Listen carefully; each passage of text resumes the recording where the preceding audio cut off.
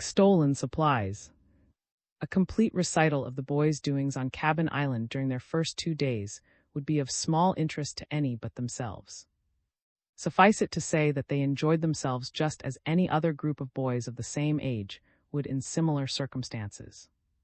Cabin Island was located in a lonely cove, and as it was some distance away from, few iceboats ever ventured so far down the bay. However, this isolation did not mar the holiday.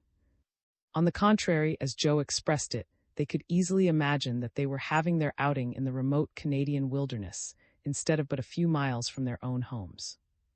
The storm that had welcomed them to the island died down during the night, and when they awakened the next morning, they found that there had been a heavy snowfall with deep drifts.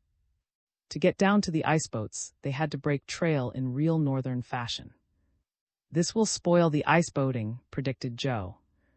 But to their delight, they found that the high wind had swept clear great expanses of the bay, and although there were certain areas where the snow was piled high, by dexterous steering they could skirt these patches and keep to the open ice.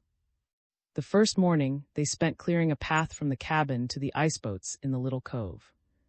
In the afternoon, they went out in the boats for a while, then returned to the cabin for a piping hot supper. That evening, they sat about the fire, telling stories and chaffing one another. They found that the keen winter air and the wholesome outdoor exercise rendered them sleepy long before their accustomed bedtime, and they were glad to turn in shortly after 9 o'clock. "At home, I'd raise a rare kick if anyone tried to get me to go to bed at this hour," said Biff. "Now I'm mighty glad to hit the hay. Boy, I'm tired." The next morning they explored the lower reaches of bay, going as far as a little village that nestled in a cove on the southern shore, about 3 miles to the east of the island. After lunch, they decided to make an exploration of the country along the shore. Leaving the island, they went inshore by iceboat, then donned snowshoes and went up onto the mainland. This country was heavily wooded in spots, and they spent an enjoyable afternoon snowshoeing far up on the hills, from where they could look down and view the entire expanse of the bay, with Cabin Island looking very small in the distance. To the west, however, they saw that clouds were gathering, and although there was no wind, Frank remarked that he was sure a storm was rising. "I guess we'd better get back before we get caught in any blizzard," he decided. Joe had been peering at Cabin Island, an intent expression on his face. "Do any of you chaps see anyone on the island?" he said. All looked. The island seemed deserted.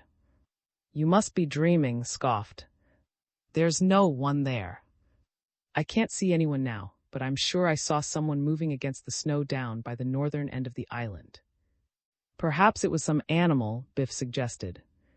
"It looked like a man's. Of course, he was so far away that I can't be sure.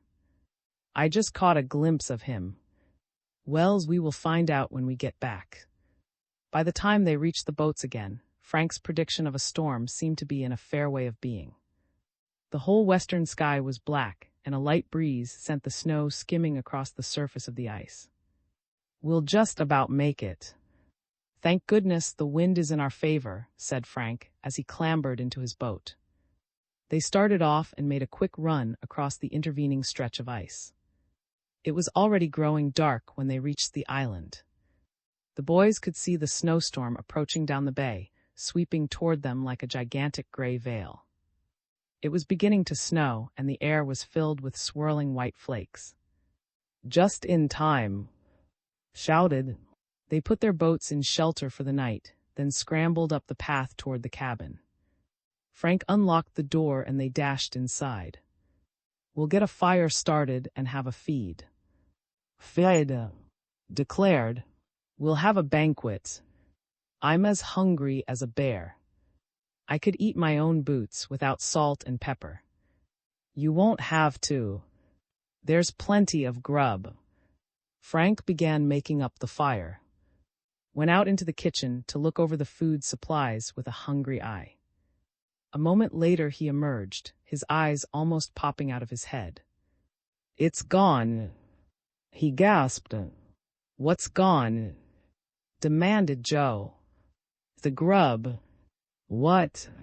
Every speck was almost tearful. "There isn't a bit of food in the kitchen."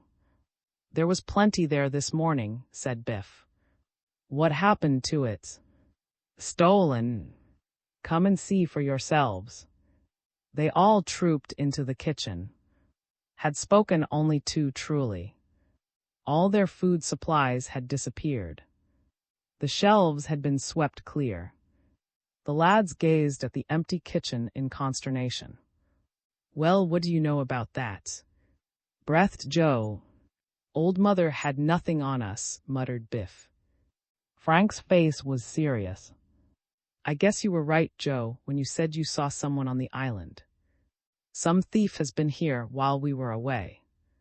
That's a mighty mean trick. He hasn't left us even a loaf of bread. And a fine chance we have of getting any tonight either, Biff pointed out.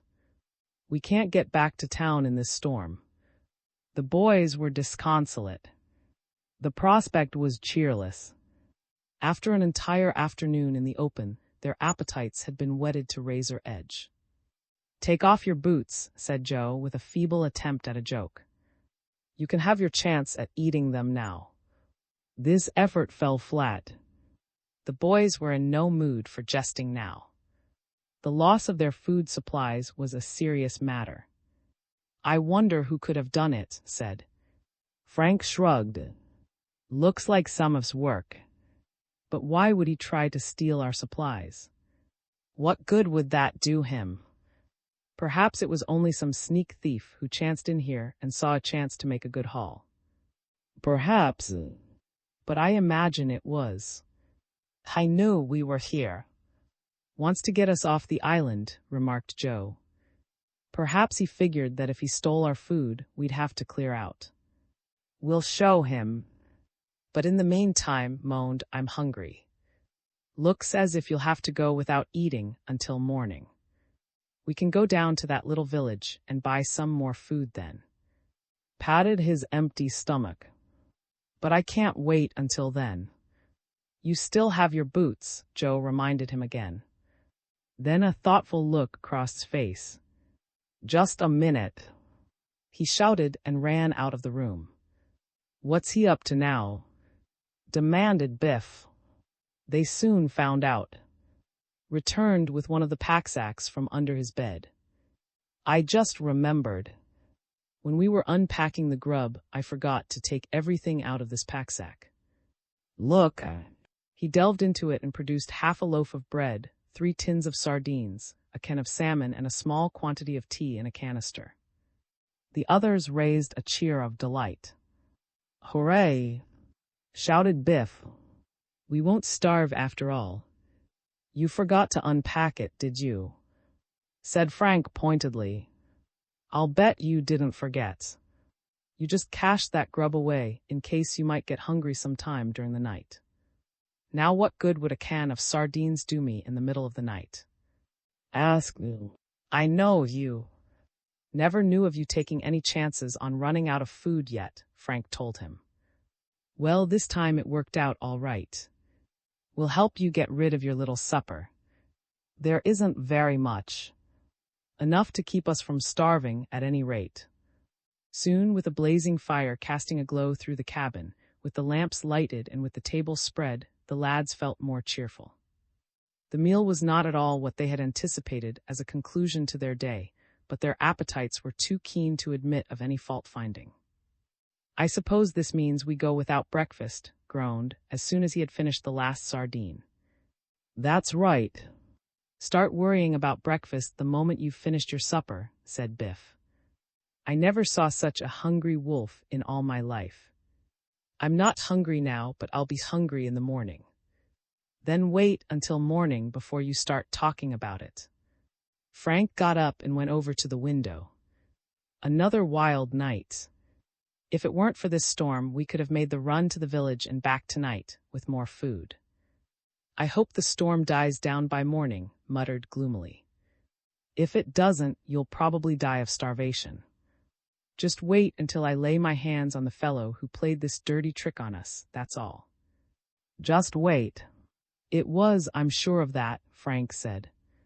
I'd give a lot to know why he's so anxious to get us away from this island. He won't freeze us out now. We'll stay here to the last minute, said Joe firmly. And after this, believe me, we'll keep an eye on the supplies. You bet we will, declared. From now on, I appoint myself guard of the food supply, providing we get some more food for me to guard. The lads finally went to bed, although had to be silenced on a number of occasions when he persisted in inquiring as to the probability of reaching the village and returning next morning before their usual breakfast time. Before slumber claimed them all, however, Frank expressed the common thought when he observed, "Just wait until we meet Mr. Again. XI. Postage stamps." Next morning, the snowstorm having abated, the boys went outside in a futile search for footprints. The snow had obliterated any tracks the thief might have made in the immediate vicinity of the cabin, but down by the boathouse, on the side sheltered from the wind, they found several footprints. Frank took measurements of them. "Might come in useful some day," he commented. "I should say they were made by a fairly big man." "How about food?" asked who had gone without breakfast. "Right away. Joe and I will take our ice boat and go down to the village. You and Biff had better stay here." "Can't I go with you?" "Perhaps I could get something to eat at the village, and I wouldn't have to wait so long." "You'll eat with the rest of us," laughed Frank. "Why do you want Biff and me to stay?" "I'm thinking the thief may not have taken those supplies away with him. If did it, his purpose would be served by merely hiding the food. You and Biff can spend your time hunting around the island. You may find where the grub has been hidden." His face lighted up at this probability. "Come on, Biff." The hardy boys got into their ice boat and started off, leaving their two chums hopefully searching for the lost supplies. The wind was favorable, and the hardy boys reached the little village down on the mainland in a short time. It was a summer resort, and at this season of the year most of the houses were closed and boarded up, but a few permanent residents stayed on the year round, among them being the general storekeeper. His name, as it appeared from a weather-beaten sign hanging above the store, was Amos Grice. The boys left their boat by a little wharf which was almost covered with snow and made their way toward the store. An elderly man with chin whiskers peered at them through his glasses as they entered. He was sitting behind the stove, reading a newspaper and munching at an apple, and he was evidently surprised to see any customers so early in the morning, particularly strangers. "How do, boys? Where you from?" he asked. "We're camping on an island farther up the bay," Frank explained. "We came here in our ice boat." "Camping, hey?" "Well, it ain't many that camps in the winter time. As for me, I think I'd rather set behind the stove when the colder weather comes on. It's more comfortable. What can I do for you?" "Someone raided our cabin last night and stole all our food. We want to get some more supplies." "Stole all your food?" exclaimed Amos Grice, clucking sympathetically. "Well, now that's too bad. Time I ever heard of any in these parts. Was it a tramp, do you think?" "We don't know who it was, but we have an idea." "I don't think it was a tramp. Just somebody trying to do us a bad turn." "A mean thing to do," commented Mr. Grice, wagging his head. "Well, I guess I can fix you up all right. What do you want to buy?" The boys spent some time giving the storekeeper an order, and when the goods had been wrapped up, Amos Grice invited them to sit down beside the Cracker Barrel and chat for a while. "It ain't often I see strangers in the winter time," he explained. Frank and Joe told him that they could not stay very long, because their chums were back at the island, awaiting their return with the supplies. "Back at the island, hey?" "What island?" insisted Amos Grice. "Cabin Island, it's called." "Cabin Island, hey? Why, ain't that's place?" "Little island with a big log cabin on it." "That's the place." "Why, I know very well. When he was living on the island in the summer months, he used to come down here for his supplies." Mr. Grice cackled with delight at having found a common topic of conversation. "Yes, I know real well. He's a fine fellow too, but very queer. He's a bit eccentric, agreed Frank. Yes, he's a queer old chap, but a better man never wore shoe leather. How was he when you was last to him? The boys decided to humor the lonely old storekeeper. Frank reflected that possibly they might learn something about. He was quite well. He let us have the cabin for our outing. Yes, that's just like Mr. Got a heart of gold, especially where boys is concerned. But queer mighty queer in some ways, said Amos Grice, again wagging his head. Do you know, and he leaned forward very confidentially, I really think he married Mary Bender because of her postage stamp collection. This amazing announcement left the Hardy boys rather at a loss for words. He married his wife because of her postage stamp collection, exclaimed Joe. That's what I said. You've heard of the Bender stamp collection, haven't you? He demanded. The boys shook their heads. Well, I ain't a stamp collector, and I've heard of it. The Bender collection is supposed to be one of the greatest collections of postage stamps in the world. Why, I've heard tell that it's worth thousands and thousands of dollars. And Mrs. owned it. Yep. Her name was Mary Bender then, and she inherited it from her father. I got parts of the story from people who knew Mr. Well, it seems he has always been a collector of antiques and old coins and stamps and things, but one thing he had set his heart on was the Bender stamp collection. But he couldn't buy it. Either Mr. Bender wouldn't sell or couldn't raise the money, but somehow he could never buy them stamps he had set his heart on. So he married Mary Bender. Well, now maybe he didn't marry her entirely on account of the stamps. You see, he used to call at the Bender house quite often, trying to get Mr. Bender to sell the stamps, so in that way he met Mary Bender. I've no doubt he fell in love with her, but anyway, they got married, and after Mr. Bender died, his daughter got the stamps. So of course, then Mr. got 'em. His wife turned 'em over to him as soon as she inherited them. And then what? Asked Joe, interested. Then, said Amos Grice with great effect, the stamps disappeared. Disappeared. They went. Stolen. Nobody knows. They just went. Haven't they been found? Never been found from that day to this. Not hide nor hair of them stamps has been seen since. Didn't they have any clues? Asked Frank. Were the stamps simply lost? They disappeared, insisted Amos Grice. And not only the stamps disappeared. There was one of the servants dropped out of sight at the same time. He probably stole the stamps and cleared out, Frank suggested. If he stole 'em, why didn't he sell 'em? The stamps have never been heard of since they left the home. This servant, his name was John, could have raised a lot of money by the stamps, but the stamps would have turned up sooner or later because only other stamp collectors would have bought 'em. But of all the rare stamps in that collection, not one has ever been found. That's a strange yarn, said Frank. You bet it's a strange yarn.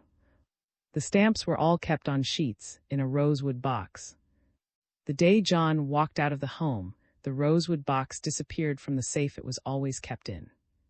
Has no one ever heard of? Didn't Mr. get the police to look for him? Certainly. But the police never found him.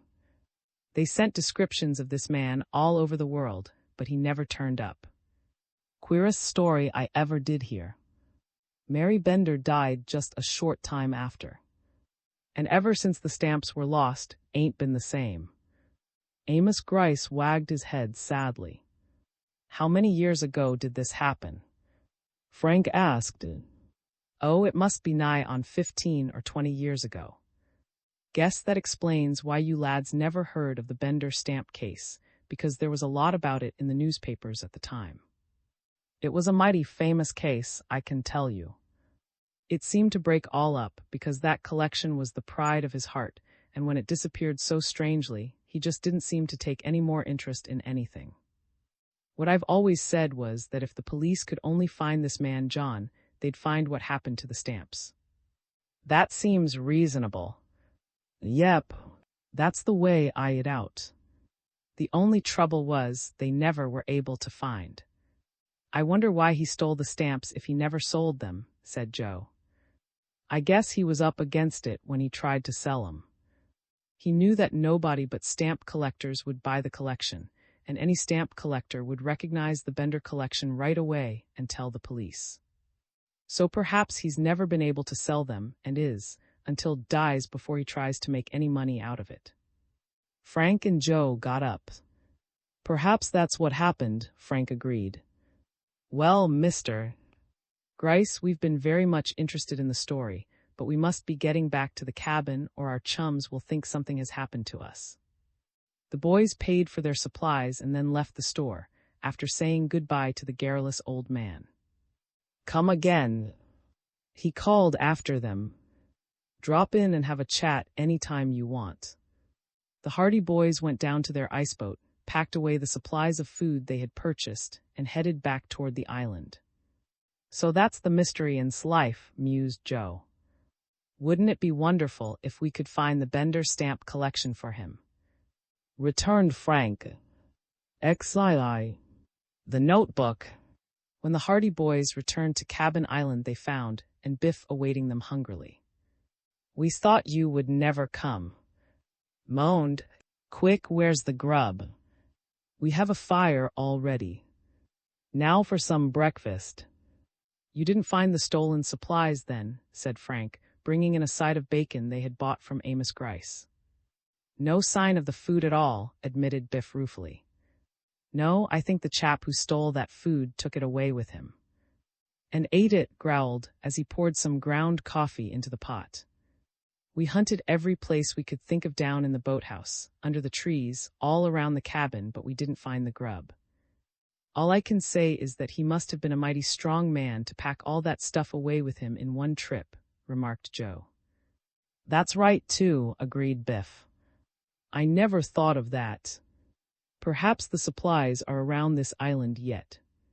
We'll take another look this afternoon.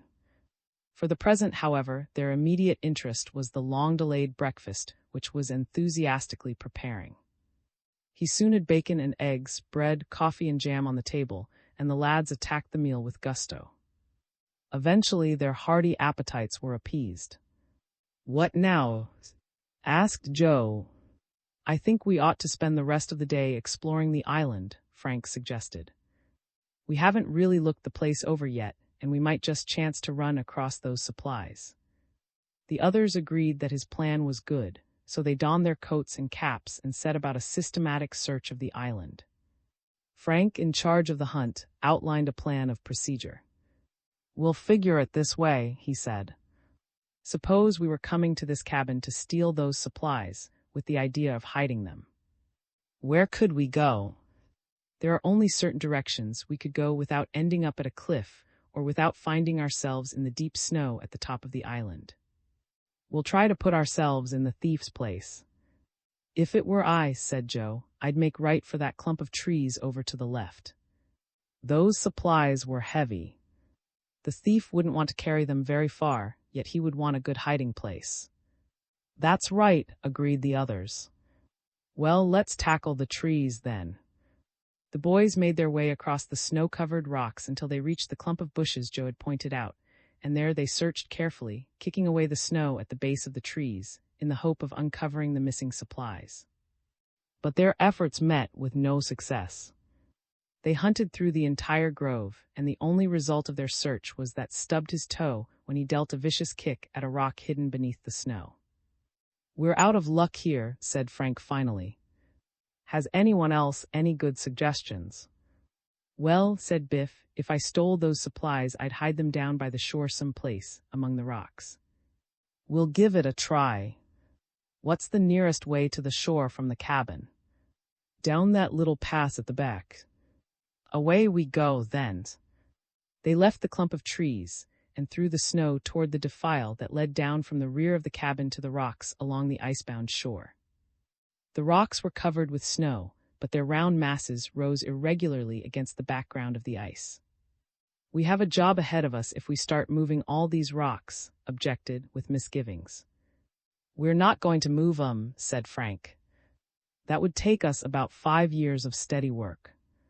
We're just going to kick the snow loose." They attacked the heaps of rocks, prowling about, kicking gingerly at the snow, dislodging it from the hollows. For some time their efforts met with no success. But at last Biff, who had edged a considerable distance away from his companions, gave a sharp cry. "I believe there's something here, fellows." The others went running over to him. "What have you found?" Biff held up an object he had picked up from the snow. "My foot bumped against this," he explained. "It looks like a can of coffee from our supplies." "It's the same brand," declared excitedly. "We'll hunt carefully all around here," Frank decided. Perhaps the thief just happened to drop that can of coffee as he was going toward the ice, but perhaps he didn't. It's worth making a good search. With this clue to guide them, the boys plunged into the search with feverish activity. The snow flew in clouds as they rolled away the rocks. After a while, Frank and Joe, dislodging a particularly large boulder, gave a yell of triumph. "We've found it." The large rock had been placed carefully on top of 2 others, protecting a big hollow underneath. And in this hollow, the boys found the 2 boxes containing all of the missing supplies. They had been well sheltered from the snow and were dry and unharmed. Gave a howl of relief. "Hidden treasure," he gloated. "So that's where the supplies went. Come on, fellows. Back to the cabin with them." As the lads loaded themselves with boxes, cans, and packages, Frank nodded his head with satisfaction. "I didn't think they had really been stolen. I guess this pretty well proves that someone hid them here just to get rid of us."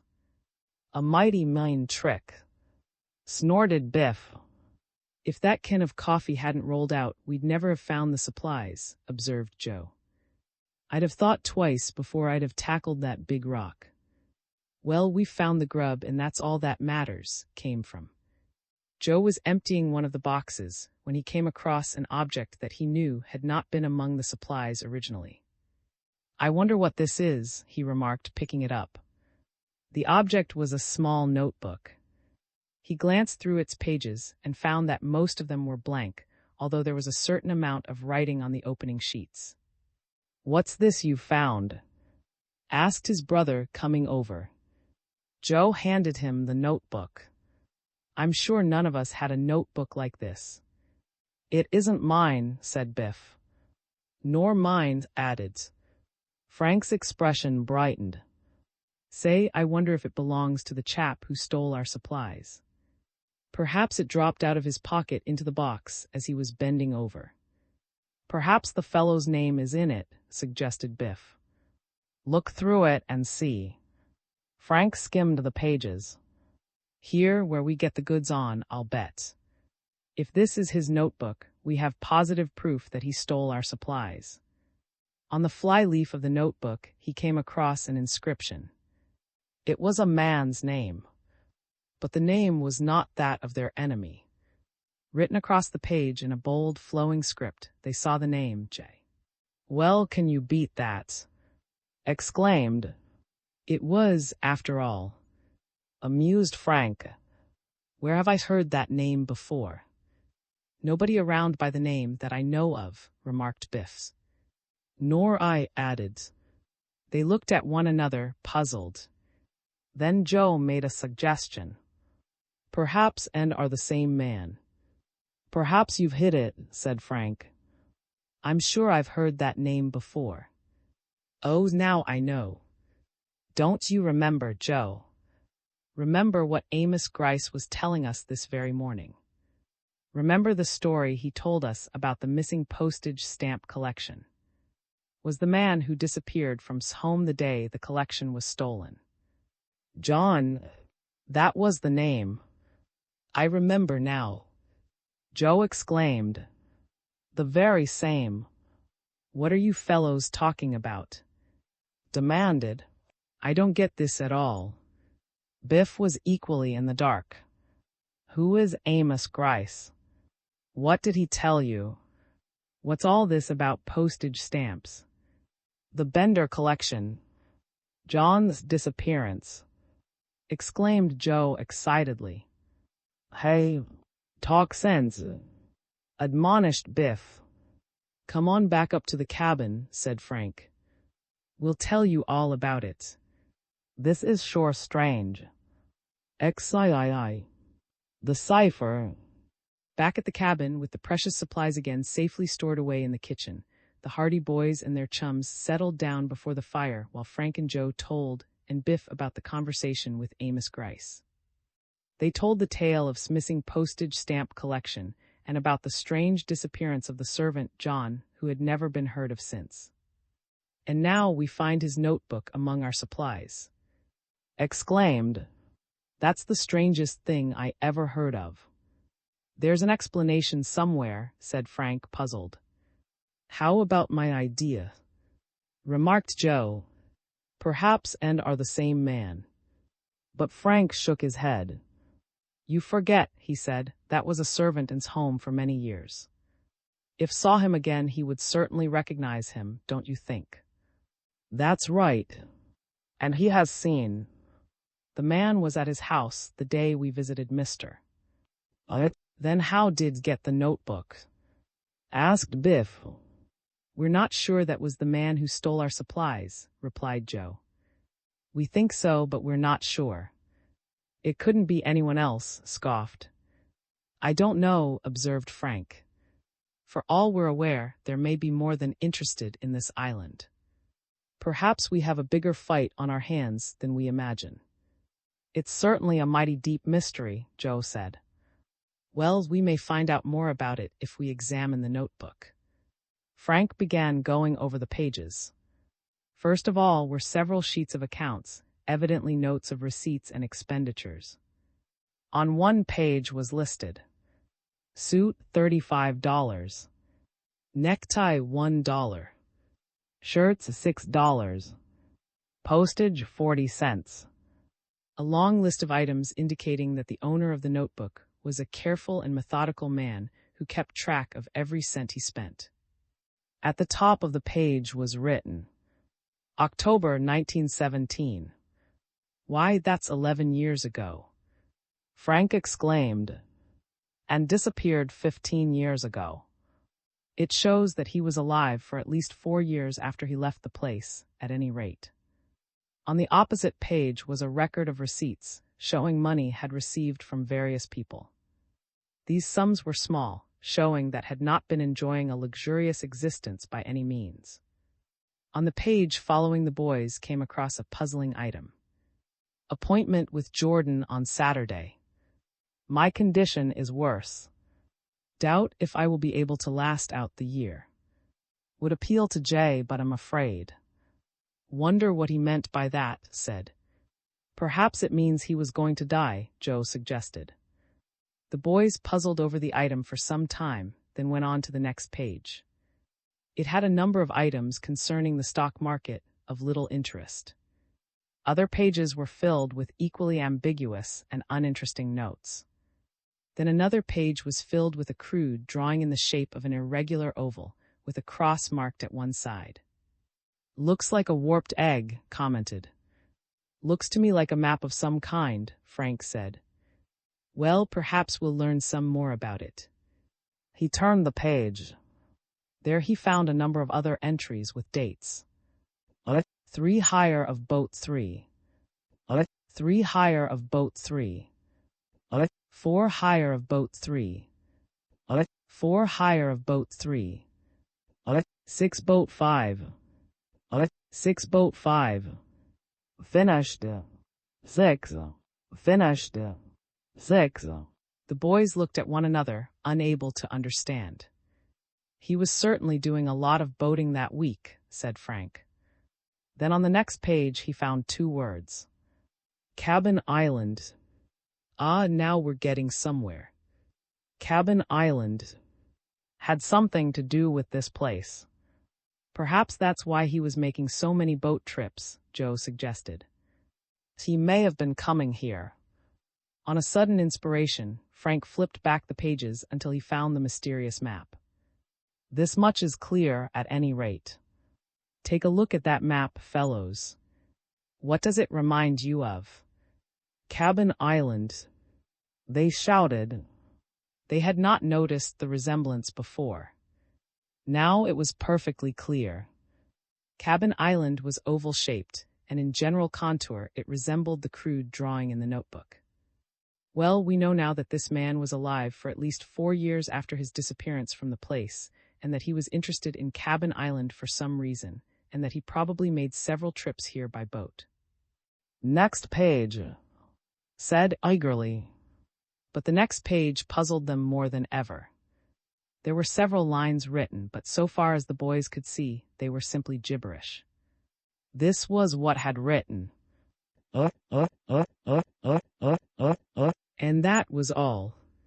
A cipher message. Joe exclaimed. Sniffed. A lot of good that does us. We can't make any sense out of that. I'd give my shirt to know what that message means, remarked Biff. I'll bet it is something mighty important. He wouldn't have put it in cipher if it wasn't important, Frank agreed. Well, this is certainly pretty deep. I wonder if really was the man who came here and hid our supplies. The more I think of it, the more it seems to me that he did come here. There's absolutely nothing in this book to connect it with. His name isn't mentioned from beginning to end. Frank had flipped over the rest of the pages and found that they were blank. Why should pop up here at this time? Pondered Joe. Do you think he and May be working together? Perhaps. And still, if he's still alive, I can't see why this notebook ends where it does. 11 years have passed since he made these entries. He may have kept other notebooks, Joe suggested. Perhaps he merely kept this one because of the cipher. There was some secret he didn't want others to know, and he kept that notebook in his possession at all times, for fear someone might find it and solve the cipher. That sounds reasonable. But I'm afraid we can't do much more unless we can learn the secret of that message. It's a tough one, commented. Ciphers have been solved before this. Have you ever read Edgar's story called The Gold Bug? In that yarn, he had a cipher to solve, and he went on the idea that the letter E was the letter most frequently used in the English language, said Frank. Suppose we apply it to this case. Looking it over, the letter most often used in the cipher is the letter M if we take M to mean E. You've got it, shouted. I'll bet we'll solve this riddle yet. Frank marked down the letter E above each place in the cipher where the letter M occurred. But he was no farther ahead than he was before. Presuming that M should really be E, he found that it occurred once in the first word, for he took it for granted that each dot in the message represented a division between two words once in the second word, once in the third, once in the fifth, and twice in the sixth. This simply rendered the cipher more confusing than ever, for there was no clue as to what the other letters might be. If there was a 3-letter word in the message, he said, we might get somewhere. That's how the fellow in the story worked it. He found a lot of 3-letter words, each of the same combination of letters, so he gathered that they would mean the, because the letter he thought meant E was at the end of each. That gave him 2 more letters, T and H, to work on, and from there he found the cipher easy. Mr. was too smart for us, said Joe. He didn't use the in this message at all, from the looks of things. I guess that scheme isn't so good. Well, we have the notebook, and whoever lost it is sure to miss it and come back for it. I think it wouldn't be a bad idea if we kept an eye on that place where the stores were hidden. Catch him in the act, said Biff. If the man is, I guess, Mr. We'll be mighty glad to know where he is. The police have been searching for the man for 15 years now. If it is, he'll have a lot of explaining to do concerning this little book and how it came into his hands. From now on, then, we keep a weather eye on those rocks, declared. We ought to stand guard. I don't think that will be necessary, said Frank. It would only frighten him away. The best plan is to watch the place from here. We can easily see anyone approaching the island, and we can watch to see where he goes. If he heads for those rocks, we'll know we have our man. That means that someone has to stay on the island all the time. I think it would be best. We can take turns at that, so it shouldn't spoil our outing. Somehow, I don't think we'll have very long to wait. The moment that man finds his notebook is gone, he'll hurry back for it. The other boys agreed that Frank's plan was about the best that could be devised toward laying the mysterious thief by the heels. They were tingling with excitement because their outing on Cabin Island had plunged them into the depths of a first-rate mystery. That afternoon, they remained on the island. The next day was Christmas, and they were preparing to celebrate it accordingly. But the intruder did not return that day. XIV. Christmas Day. I think we ought to make this outing an annual affair, said Morton the next morning after the boys had wished one another Merry Christmas. Why, we get 2 Christmases out of it. It suits me fine. If you expect to get any presents around here, you're badly mistaken, sniffed Joe, putting on his shoes. I didn't. If I had expected any, I would have hung up my stocking. But we'll have a Christmas dinner anyway. That'll be the second Christmas dinner this week. If we hadn't found those supplies, you'd be out of luck for your Christmas dinner today. The chicken and the pudding and the Christmas cake were all in those 2 boxes, Frank said. Didn't I know it? But everything is all right now. Take a look out the window and see if he's snooping around the rocks, advised Biff. Sped to the window. A glorious day, he reported. A beautiful, sunshiny Christmas day. The only cloud on the whole horizon is that there is no sign of Mr. The ice is clear, and it looks as if we'll have some splendid ice boating this afternoon. But Mr. is not ice boating this morning. There is snow on the hillside, but our dear friend is not snowshoeing. But let us not lose hope. He may yet emerge from his hiding place and proceed forth to enjoy the keen Christmas air in the vicinity of Cabin Island, that clear atmosphere that he doesn't want us to breathe. His rhapsody came to an abrupt halt when Joe hurled a wet towel that caught him squarely on the back of the neck. Frank, who had been appointed cook for the day, put a stop to hostilities by announcing breakfast just then, and the lads sat down to piping hot plates of ham and eggs, accompanied by fragrant coffee. The big surprise came when Frank, with a flourish, drew aside a curtain that had been screening a mysterious table in one corner of the big room. Here the Hardy boys had put their presents to each other and to their chums. There was a handsome pair of boxing gloves for Biff and a glittering, nickel-plated flashlight for. Frank had given his brother a new watch chain, and Joe, in turn, had given Frank a pair of cufflinks with his initials engraved thereon.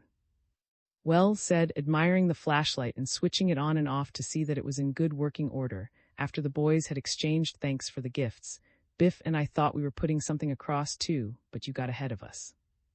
And going into the kitchen, he emerged with some mysterious-looking parcels which he promptly distributed. These were the presents Biff and had arranged to give the Hardy boys and to each other. Frank received a pair of ski boots and Joe the same. Biff's enthusiasm over a punching bag was long and loud, while himself was delighted with a little book of tickets to the best motion picture house in. I see where I won't do much homework until these tickets are used up, he said with a wink. Their presents having been duly examined and admired, the lads donned their outing clothes, with the exception of Frank. As cook, it was his duty to stay and prepare the Christmas dinner, at the same time keeping an eye on the rocks where the supplies had been hidden. The base of the cliff was in plain view of the big cabin window, so there was little danger that the owner of the mysterious notebook would approach unobserved. What if he should chance along while you're all away? We never thought of that, said Biff in dismay. You couldn't very well handle him alone. How about your rifle? Joe suggested. The very thing. Even if you chaps go as far as the mainland, you will be able to hear a rifle shot. I'll fire one shot into the air, and that will be the signal to come back as quickly as you can. If he tries to get away, you can easily head him off in the ice boat. This arrangement seemed to preclude any possibility of the stranger's escape if he chanced to show up, so Joe and Biff trooped out. For the morning, they had decided to stay close to the cabin, so there won't be any risk of missing dinner, as explained, and amuse themselves by fishing through the ice. So with lines ready and hooks baited with pieces of salt pork, they made their way down the slope and out on the ice. There they set to work with their hatchets, and soon had 3 holes chopped in the ice. They dropped in their lines, and from then on it was a game to see who would catch the first fish. Of course, raised a clamor every few minutes, claiming that he had a bite, but somehow the fish always managed to get away. "No wonder," grumbled Biff. "You scare 'em away with all that racket. Try being quiet for a while and see how it works." To the astonishment of the others, actually did manage to refrain from noise for the space of 5 minutes, and the plan evidently had good results but not for. Joe suddenly gave his line a yank. A silvery body flashed through the air and flopped wildly on the ice. He had caught a good-sized fish, and when it had been dispatched, the others returned to the ice holes with renewed enthusiasm.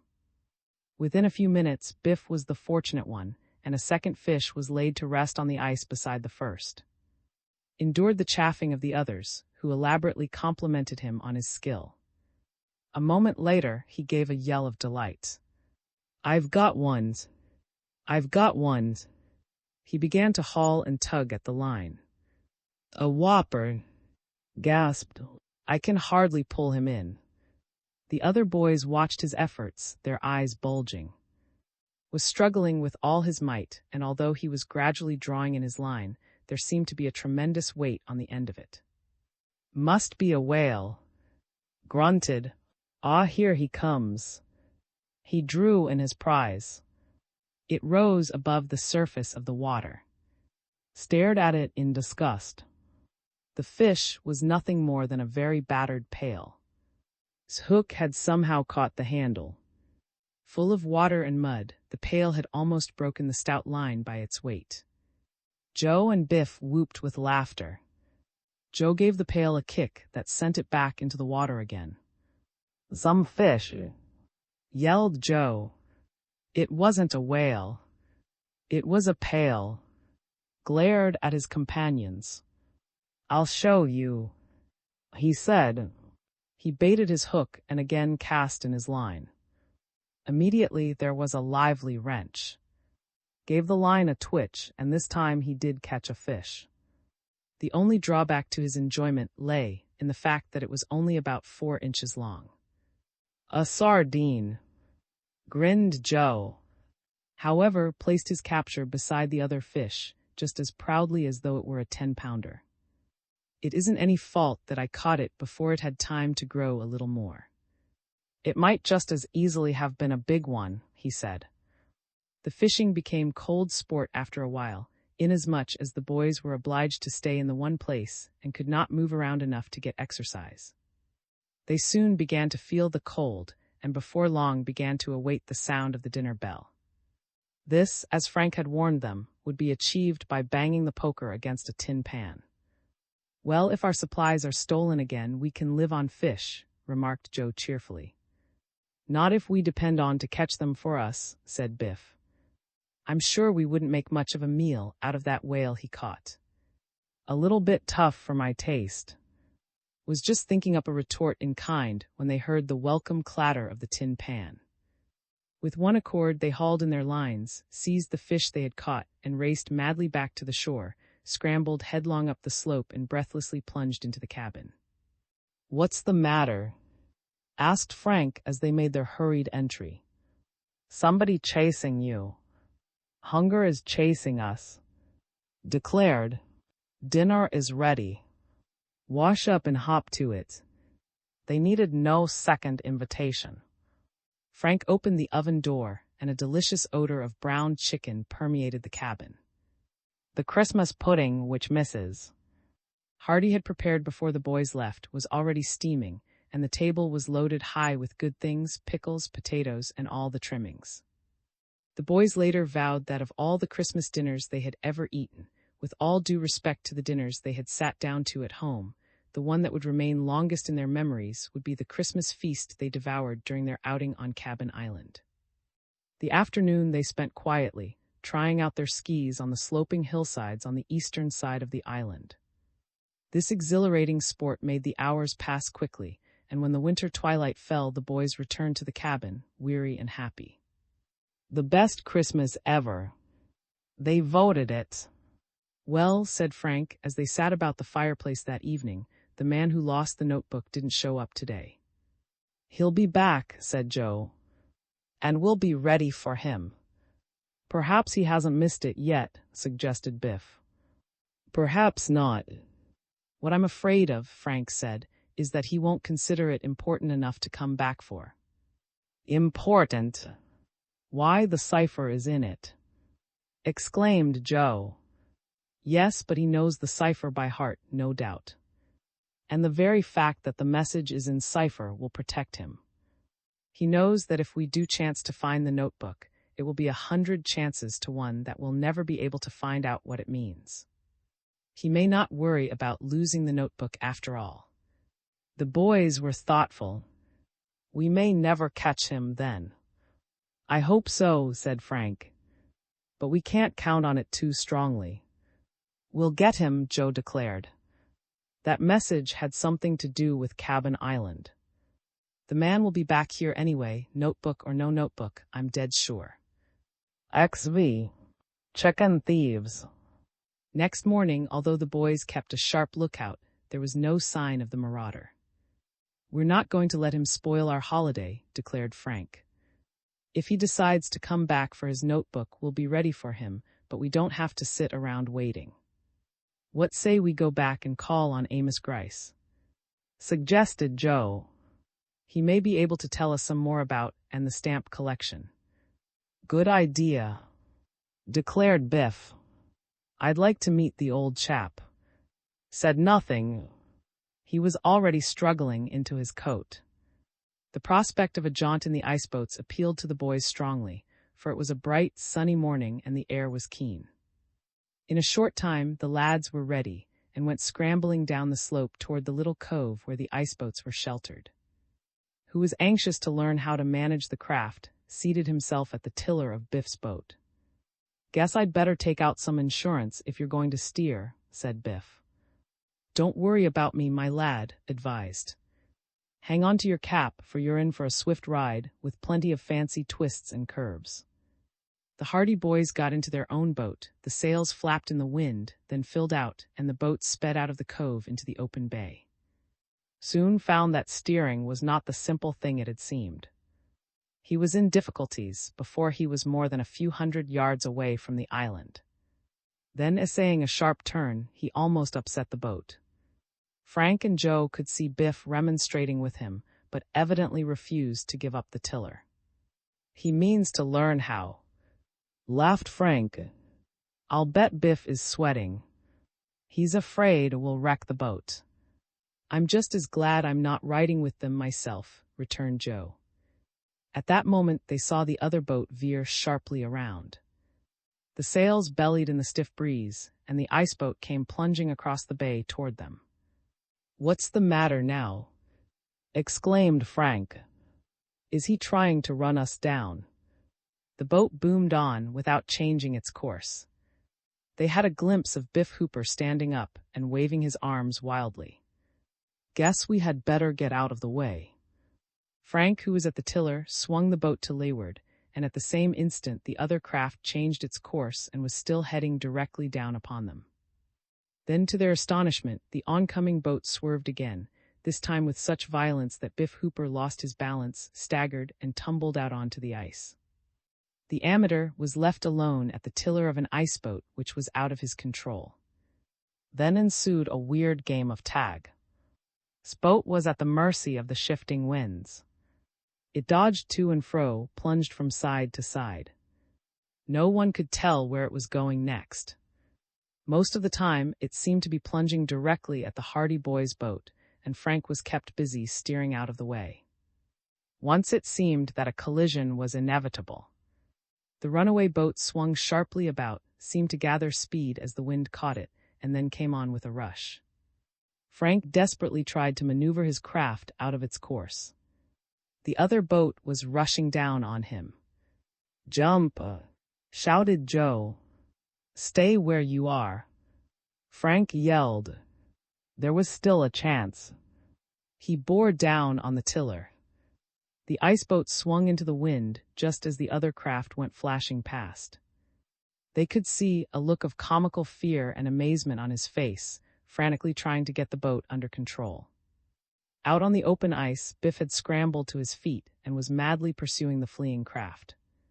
Managed to get the boat back against the wind, it turned wildly and raced directly at Biff. Then Biff turned and fled. He might have been run down had he not leaped to one side just in time. As the boat was speeding past, he watched his chance and jumped. Biff clambered over the side and crawled over, who gladly moved over to allow him to take the tiller. In a few moments, the boat slackened speed. Shortly afterward, Biff had the situation well in hand, turned the boat about, and drove alongside the hardy boys. "Are you satisfied?" said Biff, glaring at. "Must have been something wrong with the steering gear," explained weakly. "Steering gear, nothing," snorted Biff. "Something wrong with the fellow who was steering, that's all. After this, I'll take charge of the boat myself." "You're welcome. I've had plenty. Thank goodness." "What was the big idea?" shouted Frank. "Trying to wreck us all. No harm done." "We'd better forget it," muttered sheepishly. "I can't seem to get the hang of this steering business. I'd rather be just a passenger anyway." "That suits everybody," growled Biff. "When I go out iceboating, I don't care to spend half of my time chasing the boat." Joe snickered.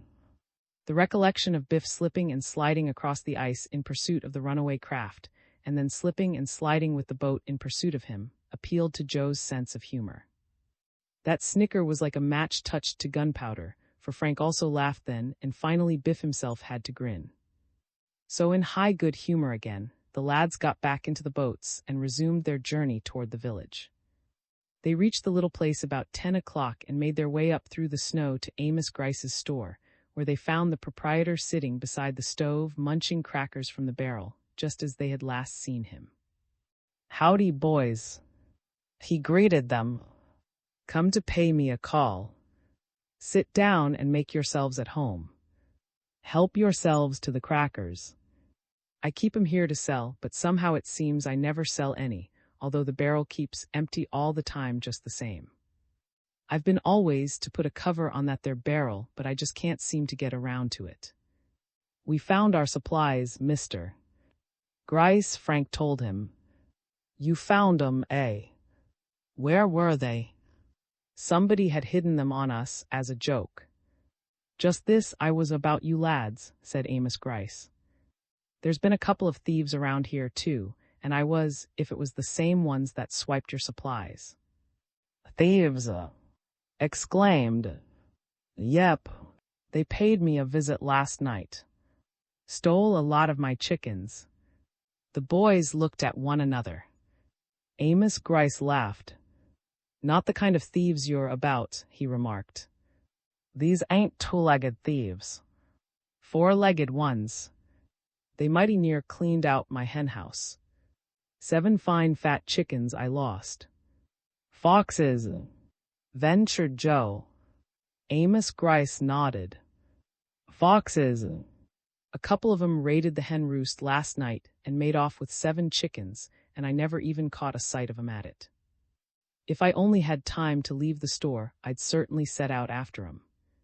Still, they may come back, and if they do, they'll find me up for 'em with a shotgun." "Perhaps they have a den just outside the village," Biff said.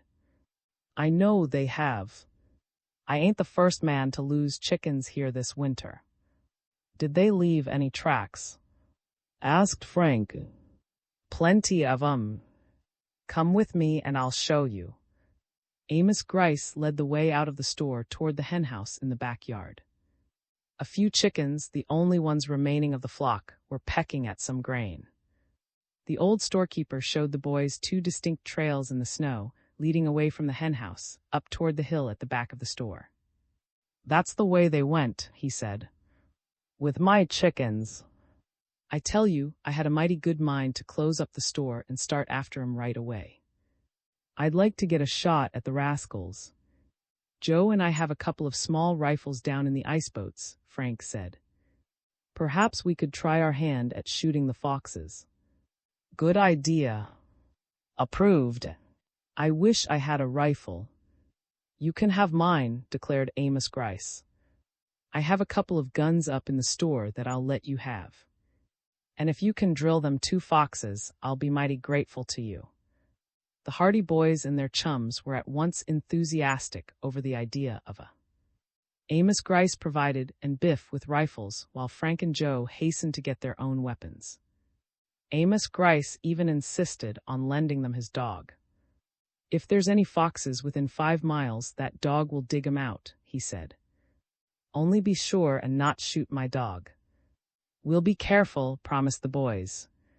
"Just follow those tracks in the snow and you'll come right to the den, I'll bet a cookie," declared the old man. "Let's go," shouted Joe. "We'll bring back your foxes, Mr. Grice." "Sure will," added jubilantly. The boys started off through the deep snow, following the double trail up the hillside. The dog was a lanky, mournful-looking brute who seemed too lazy, as expressed it, to wag his own tail, but he lived up to his master's recommendation. The moment the boys started following the trail, the dog seemed to have a new interest in life, and he plodded on ahead, sniffing at the trail left by the marauding foxes. The snow was deep, but the boys thoroughly enjoyed the excitement of the chase.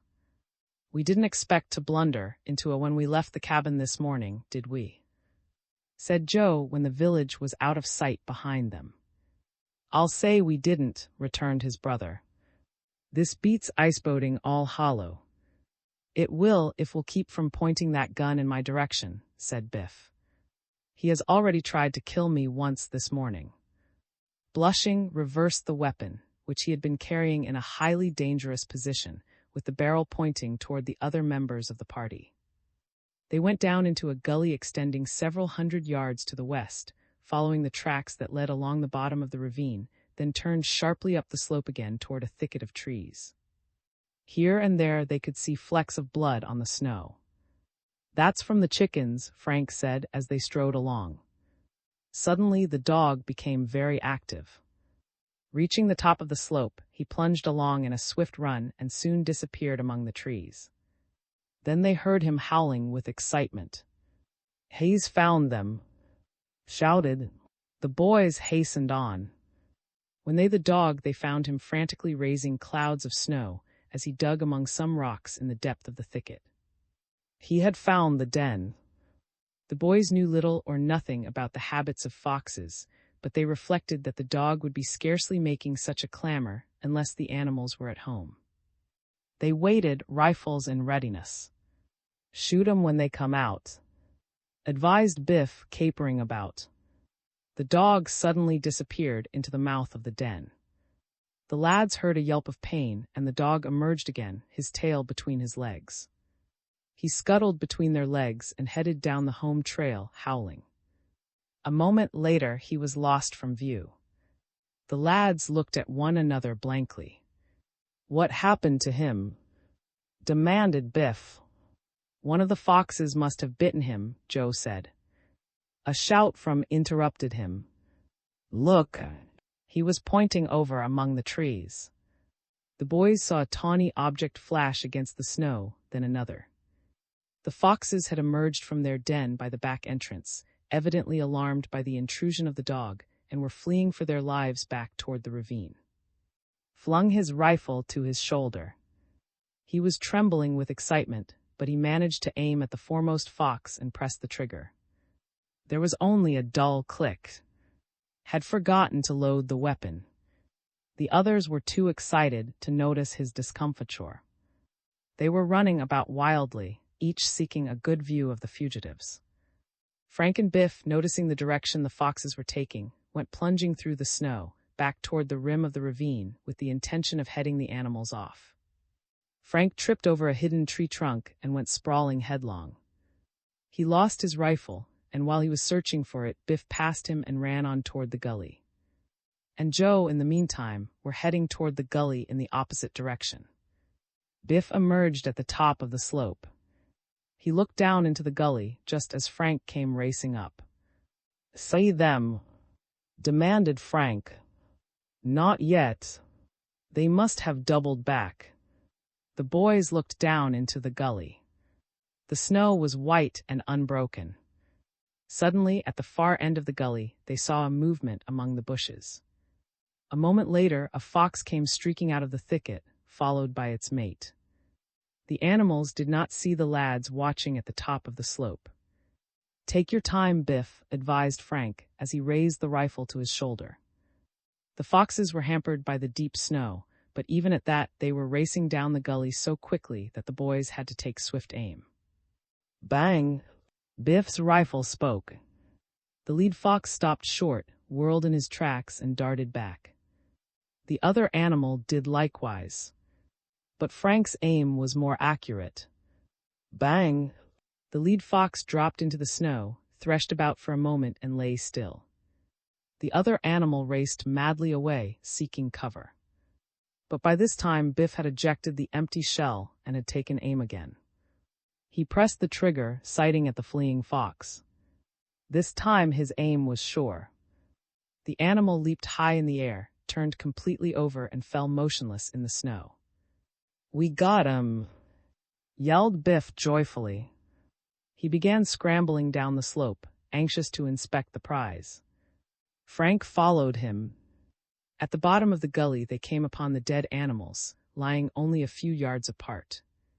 Each had been killed almost instantly. "Amos Grice won't lose any more hens after this," declared Frank with satisfaction. "Just got them in the nick of time," said Biff.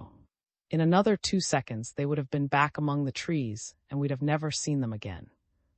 And Joe, attracted by the sounds of the shots, now appeared at the top of the slope.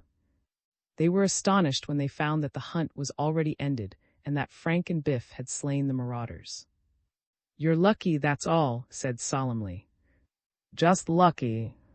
It was just by chance that the foxes headed this way instead of going down toward where we were waiting for them. "Well, we had our rifles loaded," said Biff pointedly. This silenced, as he did not care to start any discussion concerning his failure to load the rifle when he started out on a.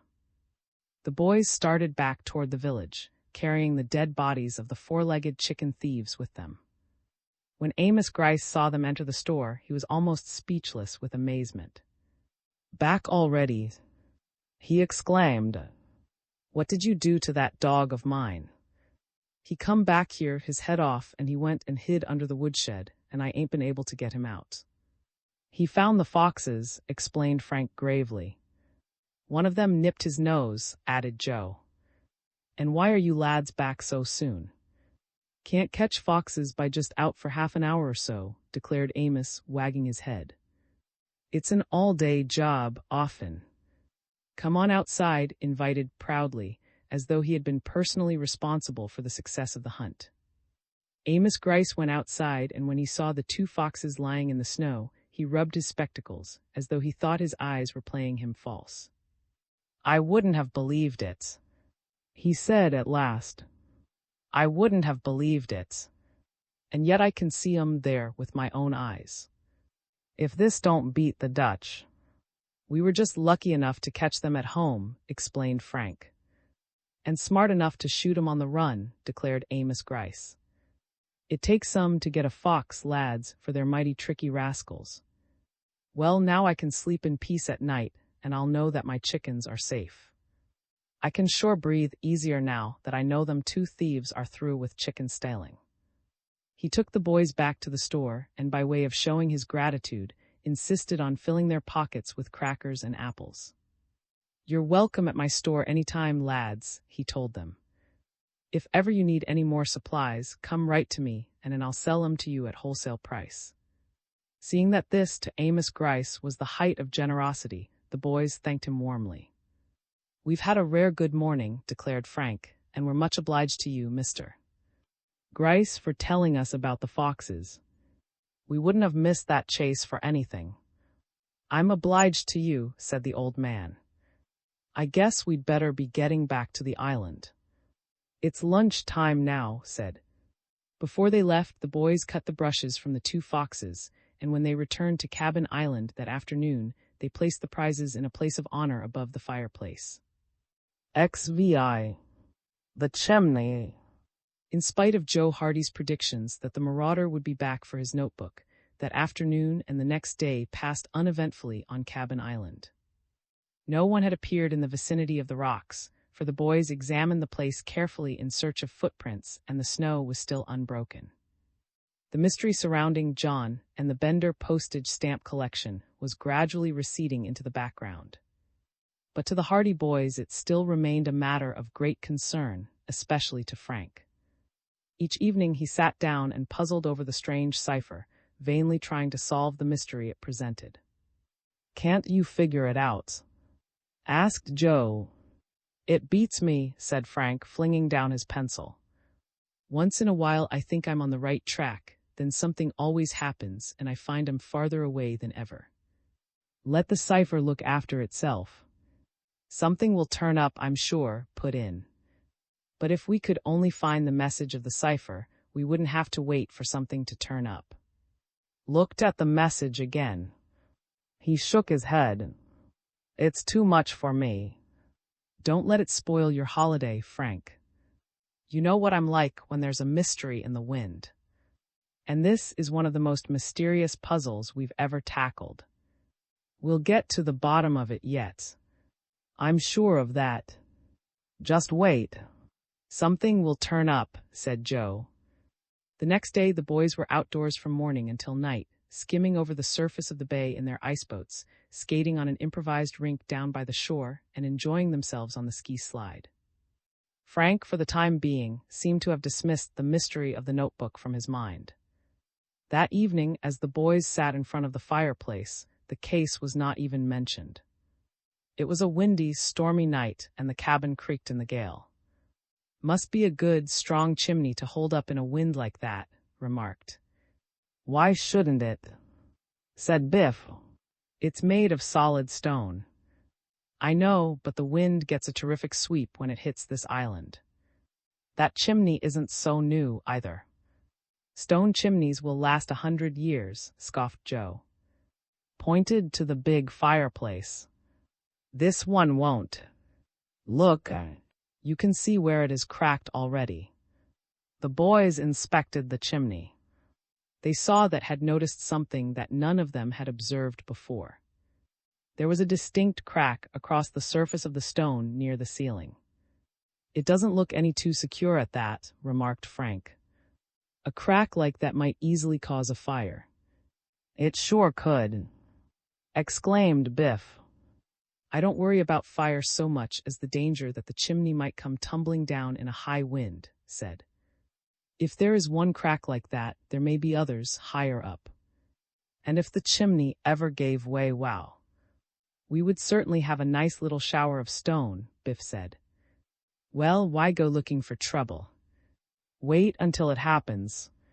Insisted that he was not looking for trouble, but that he was merely pointing out what might happen. Just then there was a particularly violent gust of wind. The cabin shook. The chimney was staunch. "I think it's good for a few years yet," Joe said. "Why worry?"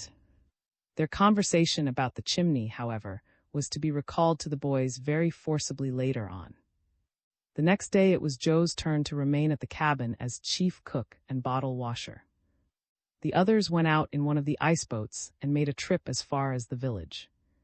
They did not stop at the little place, being in no mind to incur any of Amos Grice's long-winded conversation, and turned about, sending the fleet little boat swooping down into the wind. They were about a quarter of a mile from the cabin, and just debating the advisability of making a trip down into the cove when they heard a sound that aroused them to a high pitch of excitement. Crack! Sharp and clear, the sound carried through the winter air. "The rifle!" exclaimed Frank. "Somebody down at the rocks." Frank swung the boat around toward the island. The wind, however, was against them, and he could make little speed. He was obliged to tack about for some time, while the others speculated impatiently on the reason for Joe's signal. "Just when we need speed, the wind is against us," groaned Biff. "Perhaps the fellow will clear out before we can get back." "Not if I know it," said Frank grimly. "We'll come around on the other side of the island, and if he is making a getaway, we can head him off." The boat seemed to labor slowly forward at a snail's pace. Anxiously, the boys peered toward the island. They could see no one. "Perhaps the shot didn't scare him away," said hopefully. They circled around until at last they had a full view of the side of the island on which the stolen supplies had been hidden. The ice was bare. The hillside was bleak. There was no sign of any human being. The boys brought their craft around until they were close to the rocks. They could see footprints in the snow. "There was somebody here all right," said Frank in excitement. "I wonder if it was." "We'll mighty soon find out." They brought the boat inshore and took in the sails. Then they scrambled out, made their way up over the rocks, and examined the footprints. They did not lead up toward the cabin, but instead they led along the shore around the bend. "Follow him," said. "Not yet," Frank advised. "I think we'd better go up to the cabin first and find out what Joe knows about it. Perhaps he recognized the fellow and saw where he went." They threw the snow up to the top of the slope. They found Joe awaiting them in the door of the cabin. "Did you see him?" shouted Frank. "Just caught a glimpse of him," returned Joe as the boys came running up to him. "I happened to look out the window and caught sight of somebody down among the rocks." "Who was he?" "I don't know. His back was turned to me and he was crouching over. He was looking for that notebook, all right. I waited for a while, but I still couldn't get a good look at him, so I went and got the rifle. By the time I got back to the window, he was gone." "Before you fired the signal shot?" "Yes." I could hardly believe my eyes. He just seemed to disappear into thin air. "Well, I didn't lose any time firing the shot, I can tell you. I could see your boat away up the bay." "The wind was against us," said Frank. "We tried to get here quickly, but we didn't have any luck." "He's still on the island," said Joe quickly.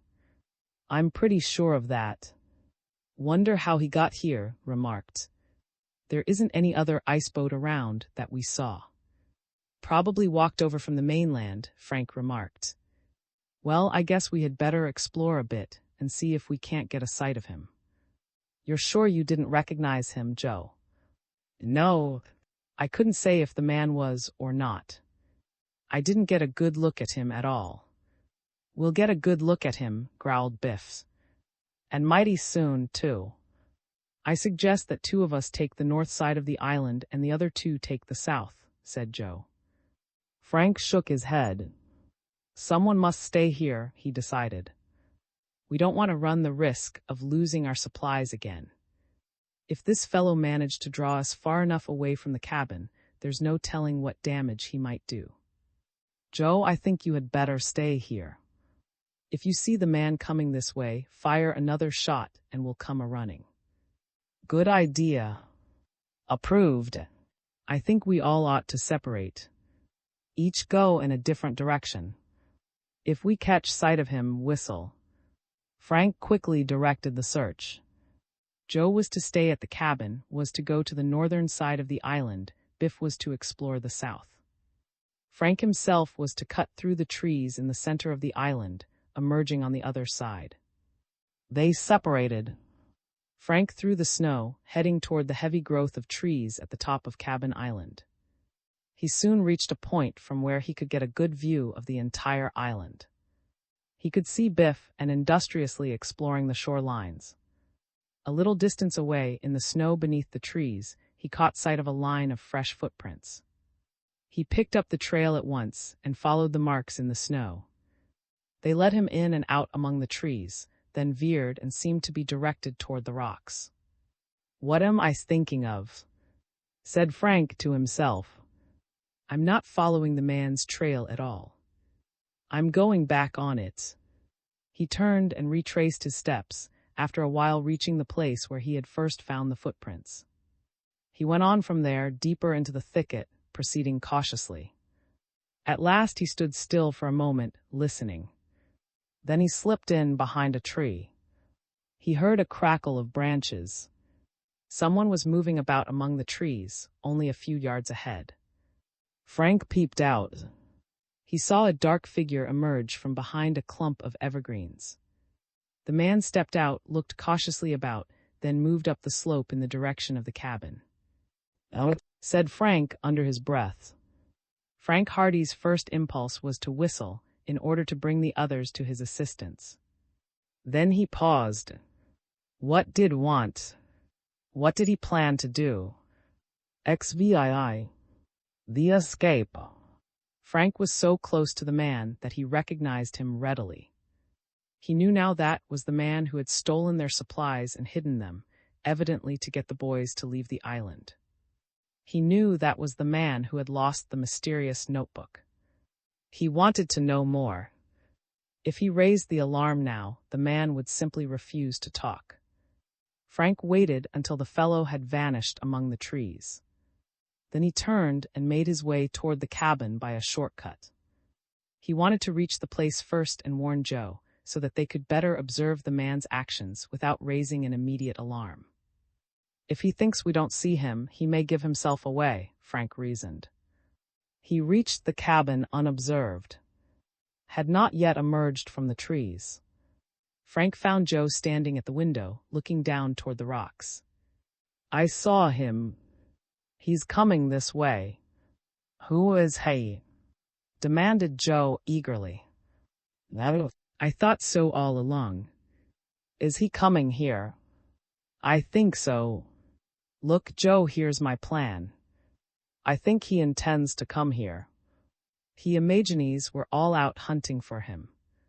Let's hide and find out what he wants. How about in Biff's? They're away down at the far ends of the island. We can capture any time we want. Where shall we hide? They looked around hastily.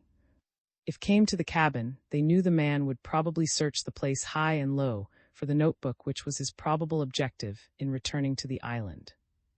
We'll have to stay outside. No use running any risks.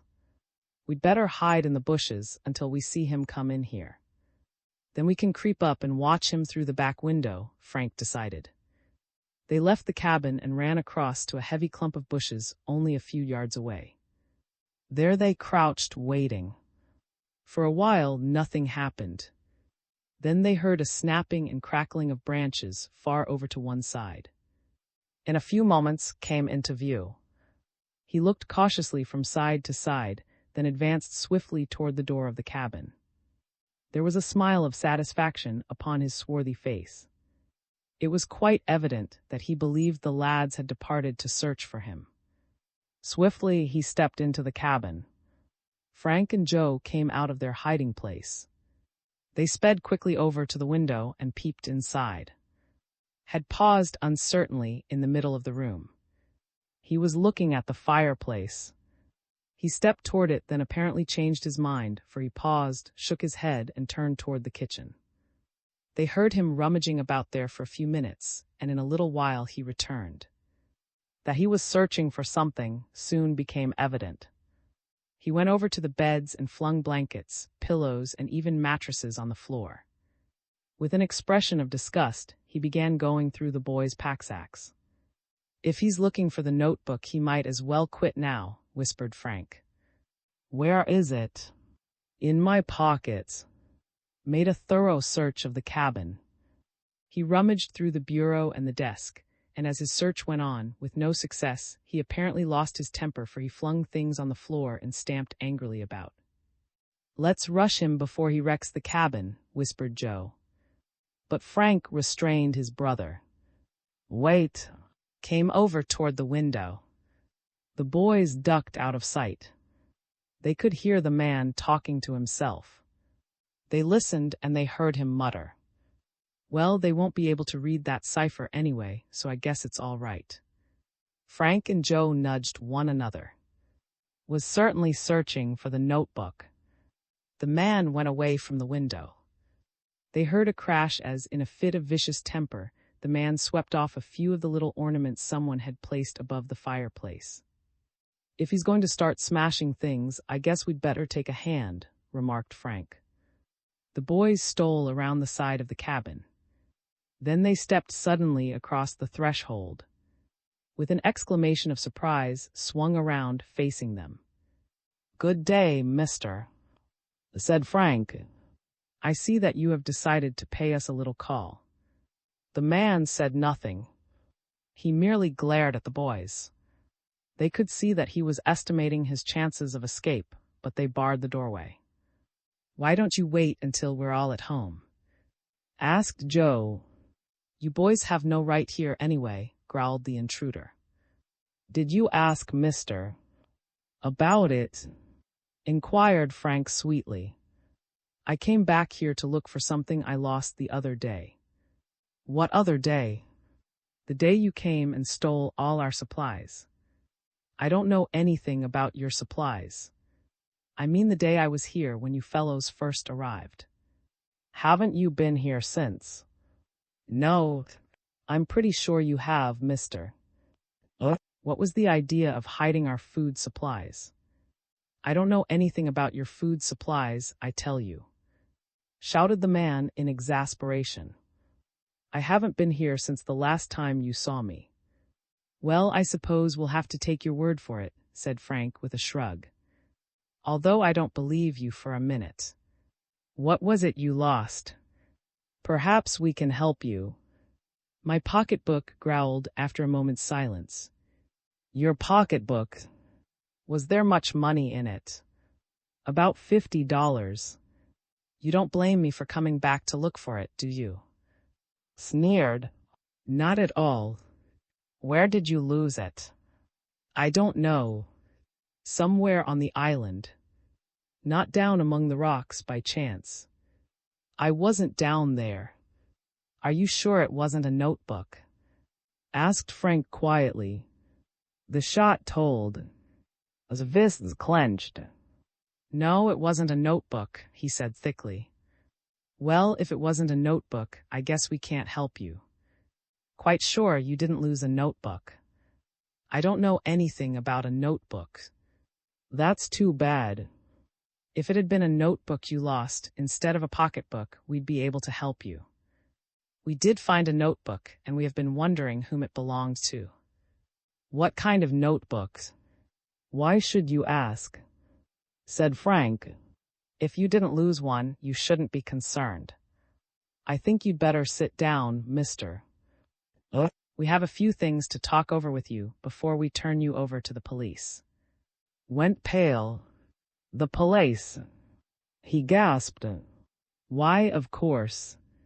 You don't suppose we're going to let you get away with this, do you? You have no right here. You are trespassing on the island. You break into our cabin and go through all our belongings, just like a common burglar." "What did you expect?" "You won't turn me over to the police," declared. "No." Advanced toward them. "Get out of my way," he ordered. The boys stood their ground. "Just a minute," said Frank. "We have rifles here. If you try to make a getaway, we won't be afraid to shoot." Hesitated. "That's just a bluff," he said weakly. "Try it and see." "I'll try it," roared. He made a sudden lunge. Frank reached out to seize him and grabbed the man's arm, but shook himself free, plunged forward and collided with Joe.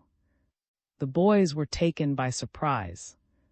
Joe struggled desperately, but was a grown man and much stronger.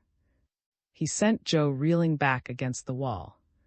Frank flung himself upon the man and tried to trip him up. Struck out viciously with his fist. It caught Frank full in the face. He was obliged to relinquish his hold. Before he knew it, had dashed toward the door. The man leaped across the threshold and out into the snow. Frank recovered himself quickly. He ran toward the wall and took down the little rifle. Joe, in the meantime, raced out of the cabin in pursuit of the fugitive. "Stop or I'll shoot," Frank shouted, but the man evidently realized that Frank would not make use of the rifle. He turned and shook his fist in their direction. With a yell of defiance, he disappeared among the trees. Frank raised the rifle and fired 2 shots into the air. His aim was partly to frighten and partly to warn and Biff. Joe turned. Pursuit was futile. The heavy snow hampered his footsteps. "No use chasing him," shouted Frank. "Perhaps and Biff will catch him. It doesn't matter. We know that he is the fellow who had the notebook, and that's the main thing. XVIII. The cipher solved. Made good his escape." Morton and Biff Hooper, who were widely separated at the time, heard the rifle shots and returned post-haste to the cabin, but they did not meet the fugitive. By the time they reached the cabin, further pursuit was out of the question. Looking out the window, Frank pointed to a dark figure hastening across the ice toward the mainland. "By the time we got one of the ice boats out, he would be on the shore and we'd never find him there," he said. "Let him go. We learned something at any rate." "What happened?" clamored. "All we know is that was here." "What did he do?" Frank then told them of seeing among the trees and of returning to the cabin to warn Joe. "We watched him searching the place high and low. He was looking for the notebook, there's no doubt of that. As a matter of fact, we heard him say that it didn't really matter because we wouldn't be able to solve the cipher anyway. So then Joe and I came in and asked him what he was doing. He tried to fool us with some cock-and-bull story about hunting for his pocketbook. He stole our supplies, but he was lying, of course. I threatened to turn him over to the police if he didn't tell us what he knew about the notebook, and I guess that frightened him, for he made a dash for the door." "We weren't ready for him," said Joe mournfully. "I'll bet he thinks twice before he comes here again," declared. "I don't think we've seen the last of him," Frank remarked.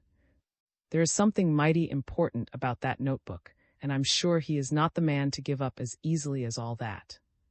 Shook his head. "He'll just wait until we leave the island for good." "I don't think so.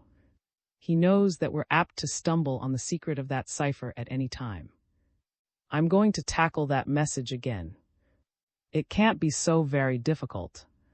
Frank immediately sat down at the desk, the cipher message before him, and began figuring on a pad of notepaper, while the other boys set about restoring the damage their visitor had created. First of all, he set down all the letters of the alphabet in order and studied them intently with reference to the cipher. "If I were writing a cipher," he mused, "how would I go about it? Perhaps this thing is really a lot simpler than it looks. The easiest thing to do," he thought, would be merely to reverse the alphabet. Instead of the letter A, he would use the letter. Instead of the letter B, he would use Y, and so on. With this in mind, he jotted down the alphabet backward so that he had 2 rows of letters. Then he picked up the cipher again. The first word was. By replacing these letters with the corresponding letters in the other column, he discovered that he had the word cabin. Frank leaped to his feet with a shout of delight. "I've got it." The others came running over to the desk. "Have you solved it?" demanded Joe excitedly. "How did you do it? What does it say?" "It's as simple as a BC. It was so easy that it looked hard." The man just turned the alphabet backward. "Look, the first word is cabin. The rest of it, exclaimed Biff. "I haven't tackled the other words yet. Wait a minute. I'll have them in a jiffy." Frank turned to the cipher again. For a few minutes he worked industriously. Little by little, the complete message took shape on the sheet of paper. At last he sat back with a sigh of satisfaction. "All serene. The cipher is solved. Read it." Frank picked up the paper and read aloud. Cabin Island chimney left front 9 feet high. Groaned with disappointment. And what good does that do? What good does it do? Don't you understand? This message refers to the chimney right in this very cabin. All we have to do now is examine a part of the chimney on the left-hand side, in front 9 feet from the floor. The boys were immediately plunged into excitement. Everything else was forgotten. The chimney became the center of interest. Now we know why it was measuring the chimney. Something is hidden there, exclaimed. Well, said Joe approvingly. And you actually figured it out all by yourself. 9 feet high, mused Frank. We'll have to get something to measure by. A stick was obtained, and the boys roughly estimated its length as being about 3 feet. Then Joe went over to the chimney. Measuring from the floor, he marked off its length 3 times until he reached a spot which he judged would be 9 feet high. It doesn't look any different from any other part of the chimney, said. Frank got up on a chair and carefully examined the chimney stone at the place to which Joe had measured. He felt the mortar, tapped the stone, ran his hands over the surface, but he found nothing to indicate anything amiss. Solid rocks and mortar, he said with disappointment. All but those few cracks. That's queer, said Joe. Why should the cipher mention that part of the chimney so particularly? We're on the wrong track for some reason or other. Frank repeated the cipher message again. Cabin Island chimney left front 9 feet high. Oh, I can't understand it, remarked Biff. The message must mean something. Frank's face suddenly lighted up. Perhaps it means inside the chimney. If there is anything hidden, that would be the logical place. It couldn't be from the outside, for we'd have to tear the whole chimney down to get at it. How are we going to get at it if it is hidden inside the chimney? Inquired. One of us will just have to turn for a while. You mean climb up 9 feet into the chimney? Sure. Why not? Somebody else can do it. Who volunteers? Biff and Joe regarded the chimney doubtfully. I'll bet there's a lot of soot in there, muttered Biff. Besides, there's a fire on. We'll put the fire out first, of course, Frank said. Well, if nobody else wants to go, I'll do it. You will certainly need a bath when you come out, told him. Listen. Biff seemed a trifle ashamed because of his reluctance to enter the chimney. It's a sort of messy job, and Frank shouldn't have to do it just because the rest of us don't like the idea. Suppose we draw lots for it. That's fair enough, Joe agreed. The fellow who draws the short straw goes up the chimney. There were no straws available, but the boys broke up some small sticks, leaving one considerably shorter than the others. Frank held the 4 sticks between the palms of his hands so that only the tops were visible. Biff drew first one of the long sticks. Joe was next, and the drawing was abruptly terminated, for he held the short one. It's up to me, I guess, he said with a grimace. Oh, well, it won't be so bad. Perhaps I'll find a fortune in diamonds hidden inside that chimney. We'll all take turns at scrubbing you when you come out, consoled him. We'll have to wait until the fire dies down, first of all. Frank took the poker and broke up the burning log in the fireplace. In the meantime, you'd better get into some old clothes, Joe, he said. While they waited for the fire to burn itself out, Joe changed into some garments found in a shed that were so old and disreputable that the soot would make no appreciable difference. Much as the boys wanted to learn the secret of the chimney, none of them Joe his task, and to tell the truth, he regarded it with some misgivings himself. At last the fire had burned so low that a dipperful of water quenched the embers, and when the smoke had cleared away, Joe stepped into the big fireplace. He glanced up. Dark as a cellar. He observed. Came forward with his flashlight. I didn't think it would be useful so soon, he said, as he handed it over. Away you go. Joe seized the flashlight and began his ascent into the chimney. The stones were large and rough, affording a good foothold. No sooner had Joe begun his climb than a shower of soot descended into the fireplace. The lads heard a smothered gurgle. "I'll bet that chimney hasn't been cleaned out since the cabin was built," said Biff. "I'm sure of it," gasped Joe from inside. Then there was another gurgle, and Joe said no more because he had received a mouthful of soot. Those below could hear him scrambling about inside, and by peering up into the fireplace, they could see the reflection of the flashlight. More soot continued to pour down the chimney. Joe was evidently having a bad time of it. "Wonder what he'll find," speculated Biff. "Soot," said. They waited. Then they heard a muffled cry of dismay. "What's the matter?" they shouted. "I'm stuck. I got up here, but now I can't get back." Joe evidently gave a violent lunge for freedom, because an unusually heavy shower of soot followed. "Come on, fellows. Don't stand down there doing nothing," he clamored. "Get me out of this before I smother." XIX. Disappointment. Frank Hardy sprang forward. He crouched down in the fireplace and looked up. He could see Joe's wildly plunging feet a short distance above. "Kick yourself free," advised helpfully. "That's all I can do, kick," replied the prisoner. "My elbows are wedged in against these rocks and I can't get loose." "Hold steady a second," Frank said. "I'll try to drag you out." He reached up and seized one of Joe's feet. He tugged, but Joe was evidently firmly wedged in the chimney. "Keep on climbing and come out at the top," called. "Wait till I get you," answered Joe. "This isn't funny." "Come on, you chaps," said Frank to the others. "Lend a hand. We'll just have to drag him out by main force." Gingerly Biff and entered the fireplace. The three boys were crowded together. They reached up to grab Joe by the feet just as the prisoner made another struggle and sent more soot pouring down on his rescuers. Within a few seconds, the three were liberally covered with the black substance. "All together now," said Frank when they had grabbed Joe by the ankles. "Pull." They pulled. With surprising quickness, Joe came loose.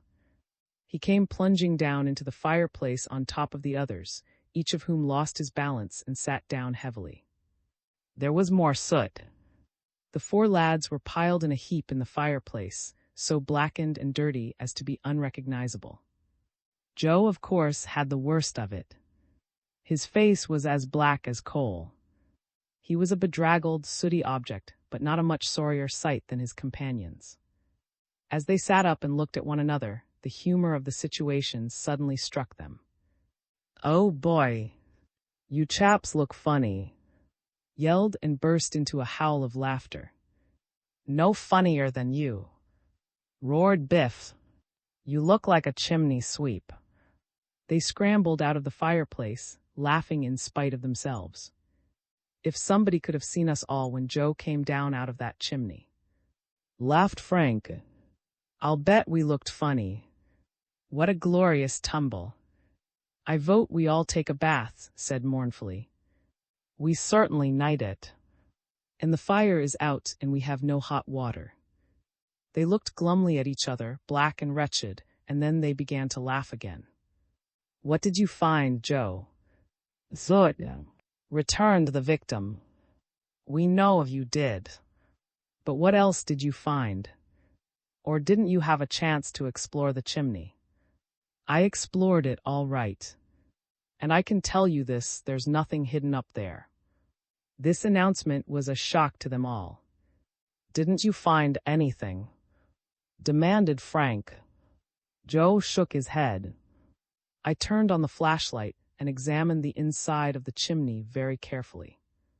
The rocks and mortar are just as solid inside as they are on the outside. I didn't find a trace of anything unusual." "You looked on the left-hand side at the front." "Exactly as the cipher said." and I tried to figure it out at about 9 feet from the floor. Just to be sure, I examined every inch of the chimney on that side. I was just going higher when I got stuck. Even the grime could not hide the disappointment expressed in the boys' faces just then. I guess that message was just a fake, said Biff finally. But the Hardy boys would not agree with this. If it is a fake, why was so frightened lest we would be able to read it? Asked Frank. Well, shrugged Biff, if it isn't a fake, why isn't there something queer about that place in the chimney? We've examined it from the front, and Joe has examined it from the inside, and there is certainly nothing hidden there. I can't understand it, Frank admitted. Just the same, I believe that message means something. It is certainly disappointing to find ourselves up against a blank wall just when we thought we were going to solve the whole mystery. The boys lighted the fire again, and after they had heated water, they scrubbed themselves thoroughly and had a good cleaning up. Within an hour they were presentable again, the soot had been swept up from the floor, and all evidences of their adventure in the chimney had been removed. I wonder, suggested Joe, if there is another cabin island. Not in Bay, said Frank. Perhaps somewhere else. Perhaps this message refers to an island in some other part of the country altogether. Perhaps merely guessed that this was the place. There may be something in that. It's just possible that is in the same boat as we are, and that we are all being fooled. Well, said, we've done the best we could, and there's something wrong somewhere, so why should we worry about it any longer? We came here for an outing, not to solve puzzles. That's right, declared Biff. If this chap comes back, we'll try to get the truth out of him, but we won't do ourselves any good by racking our brains over this business. Forget it. So the subject of the cipher message was officially dropped. To Frank, however, their failure to discover anything of importance in the big chimney had been very disappointing. He had been elated by his success in solving the mystery of the cipher message, and he had looked upon the entire riddle as being near solution. The setback was a hard pill to swallow. In spite of the fact that Biff thought the message was a fake, Frank clung stubbornly to the belief that it was genuine and important. Wouldn't have made such a fuss about it, he argued, unless there was something important behind it all. He regretted his escape now. Frank longed to meet the man again. He wanted another chance to force the fellow into an explanation of how he came to be in possession of his notebook. And above all, he wanted to know what the cipher message referred to. What was hidden in the chimney? We'll find out, he insisted. Perhaps in the long run, it will all turn out to be just as simple as that cipher. He looked gloomily at the big chimney. What mystery did it hide? Was there any mystery? Was the whole message just a hoax?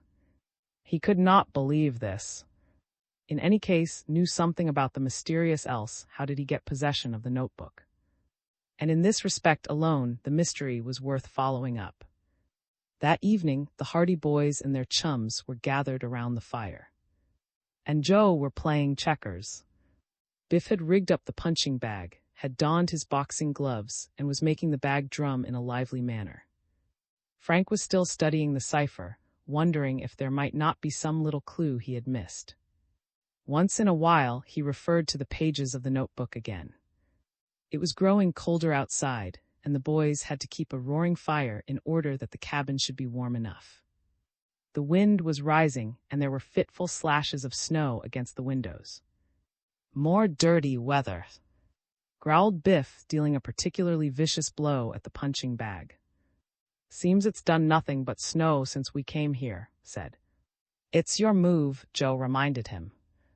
Moved his checker, and Joe promptly captured it, with a king as well. The scene was peaceful. The boys would have been interested if they had known of what was happening in a little house in just then. Was preparing to return to Cabin Island. The mystery of Cabin Island, Franklin W. Iceboating on the bay. Driven by a stiff breeze from the west, a trim little iceboat went scudding over the frozen surface of bay. The winter air was cold and clear, the hills rising from the shores were blanketed in snow, and although a patch of black water away off toward the east gave evidence that King Frost had been balked at the Atlantic, the bay itself was a gleaming sheet of ice. The long cold snap had caused rejoicing in the hearts of the young folk of. Although the ice in mid-bay was not solid, along the shore and in the numerous coves of the indented bay it was frozen to a safe depth. The dark figures of skaters sped like swallows in flight on the miniature natural rinks close to shore, and farther out the speeding iceboats with their billowing sails resembled huge sea gulls as they raced before the wind. Frank Hardy, a dark, handsome boy of 16, was at the tiller of the craft that represented several weeks' hard work on the part of himself and his brother Joe. Although it was homemade, the iceboat was staunch and stoutly built, and as it sped over the gleaming surface, the boys were justifiably proud of their handiwork.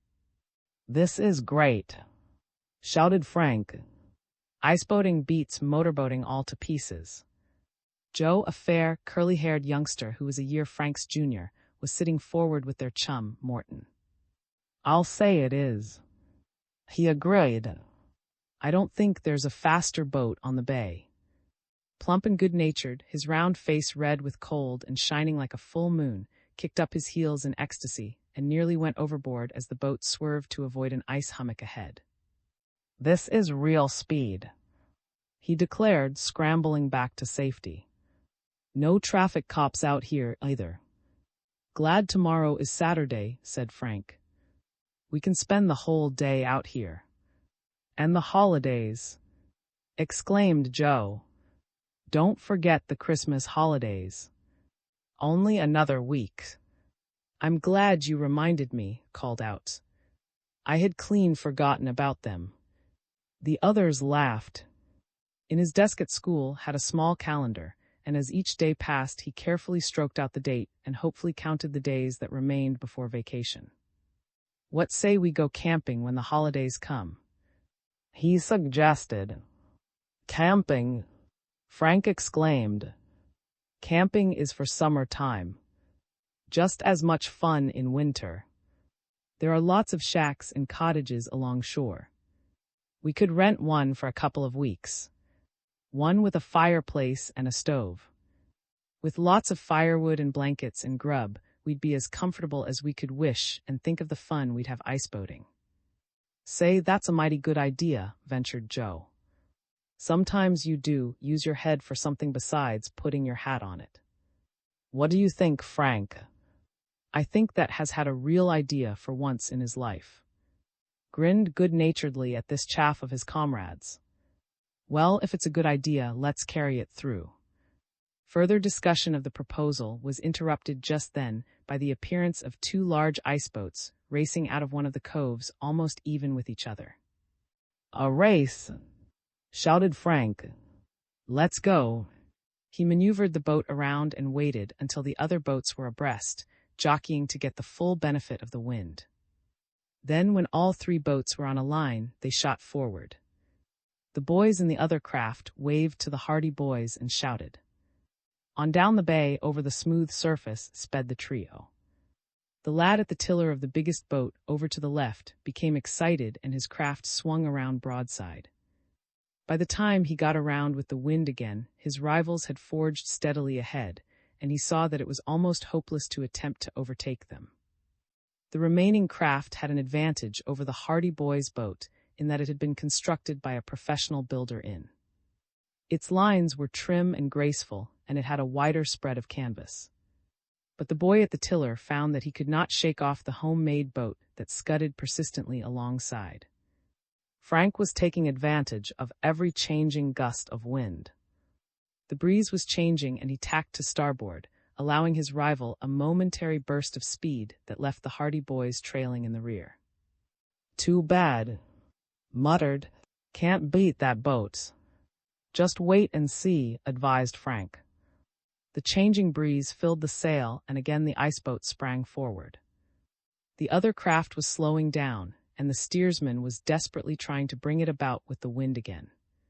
But he was too late. The hardy boy's boat swept triumphantly across his bow and gave a shout of delight. On down the bay sped the little craft, and by the time the other boat's sails were billowing again, the lads were far in the lead. Looking back, they saw the beaten rivals slowly turning about into the wind, heading back up the bay.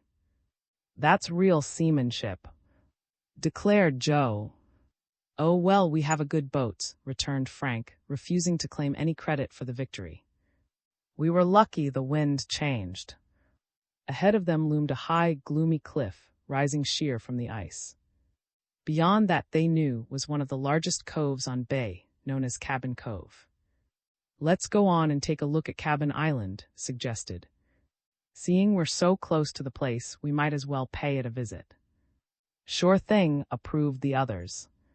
Cabin Island in Cabin Cove was a lonely spot, even more desolate now that the bay was locked in ice.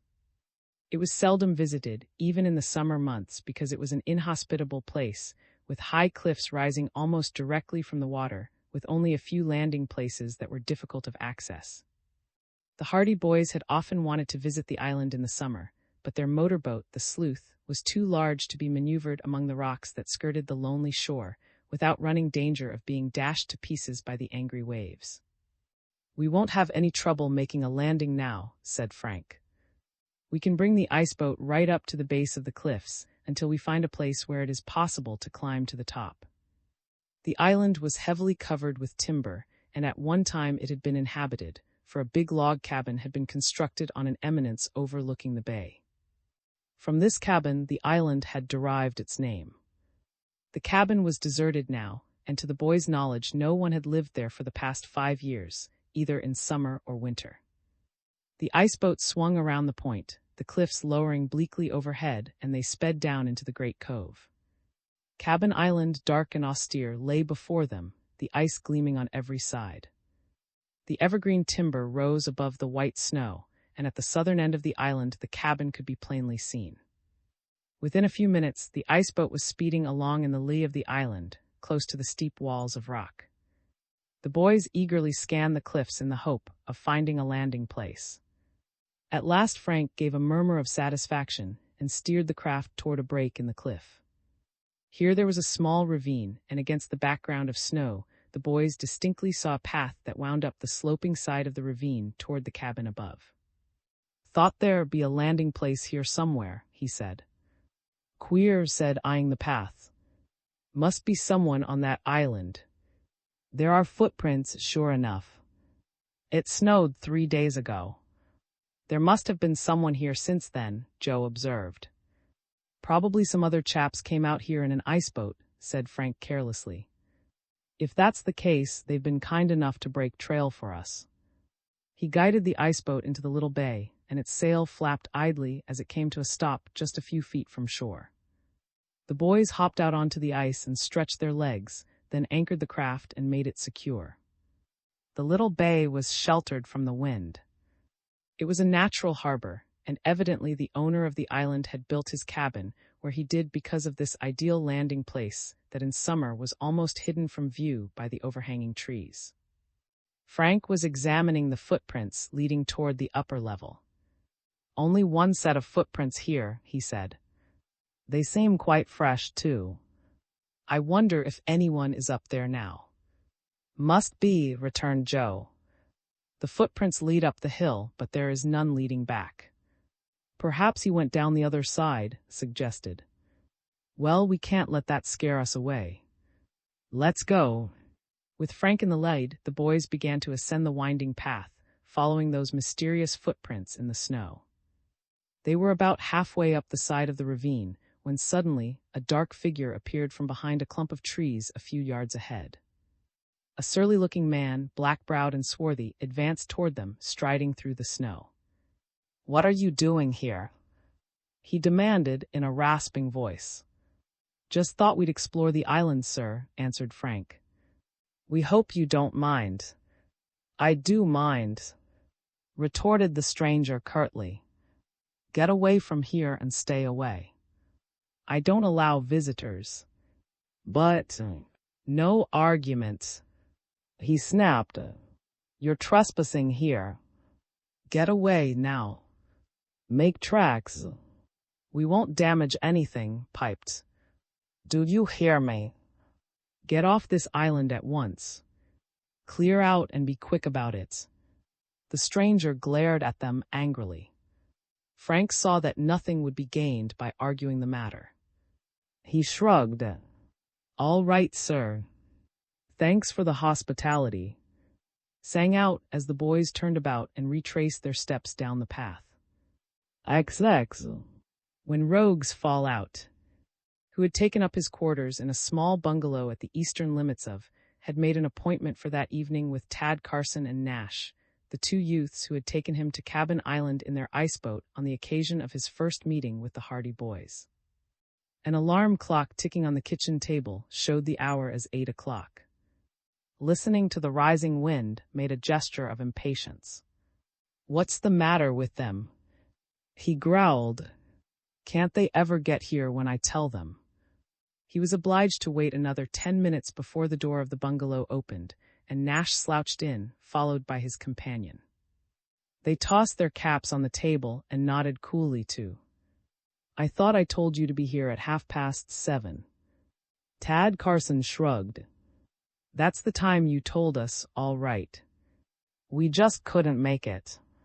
Keep me cooling my heels while you shoot another game of pool, I suppose," snapped the man. "You haven't anything else to do," replied Nash. He sat down and put his feet on the table. "Well, what's it all about? I want to go over to the island tomorrow." "What island?" asked Tad Carson. "What island do you think?" "The island, of course. Cabin Island. I want to go there early tomorrow morning." "What's stopping you?" asked Nash insolently. "Well, do you know why I sent for you?" "I can't walk there." The two youths glanced at one another. "I suppose you want us to take you over in the iceboat again, eh?" "Of course. I want you to call here for me at 7 o'clock in the morning. Have the iceboat ready so we can make a quick start." "You're giving orders tonight, ain't you?" said. "What if it doesn't suit us to go?" "Why shouldn't it suit you? Neither of you is working." "That's all right. Tad and I were just talking it over as we came up here tonight. We'd like to know more about this business. We have an idea there may be something crooked about it." Stared at them incredulously. That these allies should be inclined to back out had never entered his calculations. "Crooked!" he exclaimed. "Of course not. I'm thinking of buying the island, and naturally, I want to look the place over before I make an offer." "Yes. Why don't you wait until summer? The winter is no time of year to inspect an island." Became angry. "Will you two mind your own business?" he blustered. "Is it any concern of yours why I want to go to the island? I pay you well for carrying me there, and all you have to do is keep your mouths shut." "We won't keep 'em shut," remarked Nash, "unless we get more money than you have been giving us. I've been paying you very well, I think. $10 each is very good money for a trip that most boys would be glad to take just for the fun of it." "We don't run the iceboat just for our health," said Carson. "Every time we go there, we have to hang around and freeze until you are ready to come back. You won't even let us go up to the cabin with you. I'd like to know what there is about that place that interests you so much." Gazed at them narrowly. So, they were beginning to suspect him. "I've told you," he said irritably. "I may buy the place, and naturally I want to look the cabin over."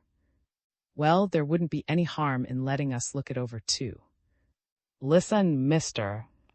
You're up to something and we know it. If you don't want us to go to Mr. and tell him about your visits to the island, you had better kick in with some more money." Tad Carson sat back and winked at his companion.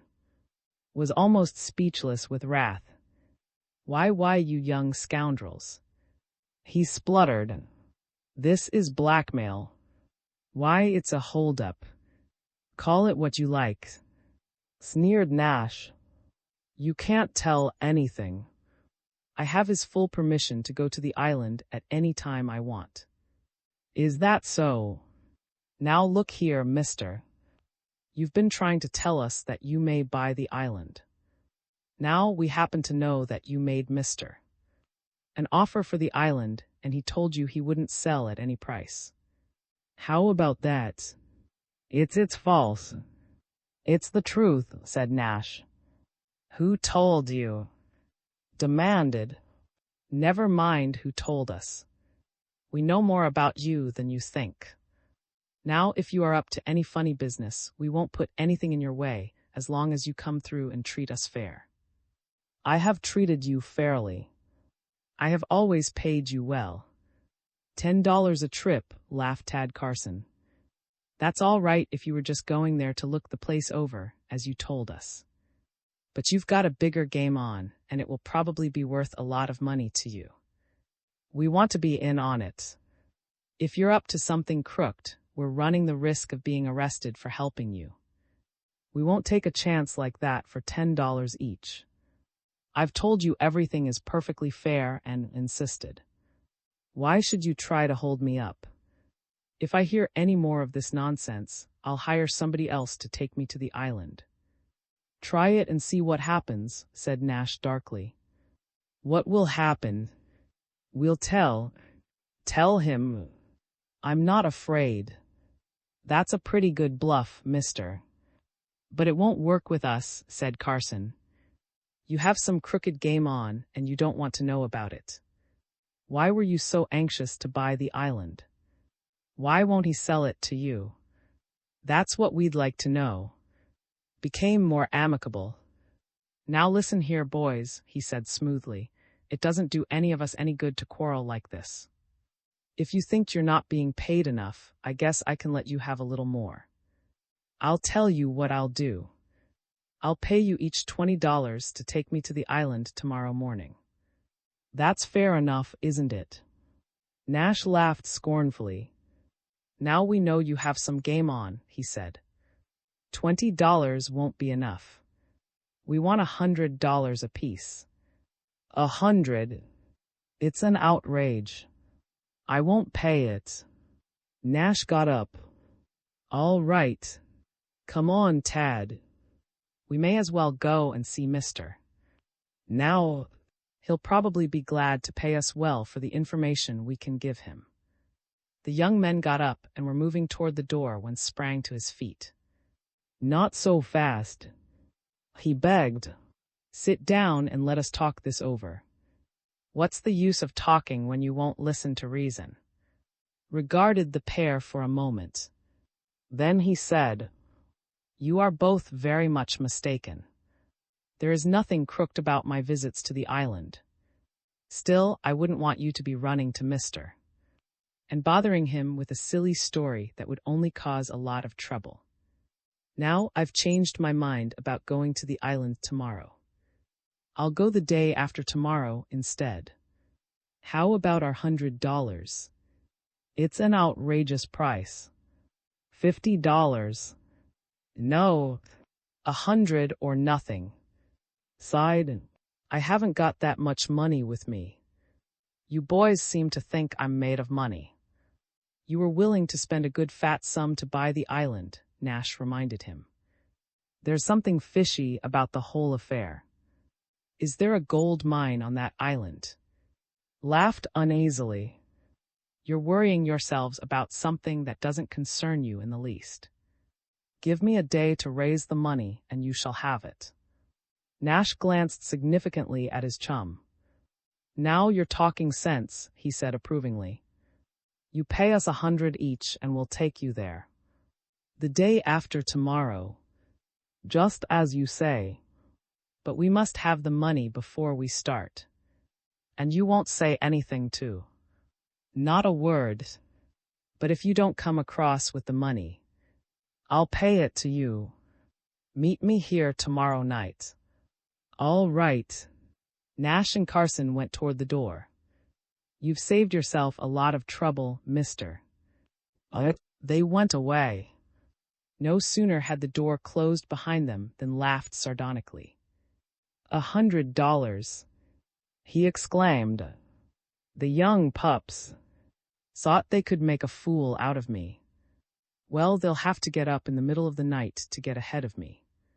By the time they get wise to themselves, I'll be at the island and back, and I won't pay for the privilege either. Next morning was up early. It was snowing heavily and there was a bitter wind, but he meant to go to Cabin Island that day. He knew where Tad Carson and Nash kept their ice boat, and he made his way down to the little building unobserved.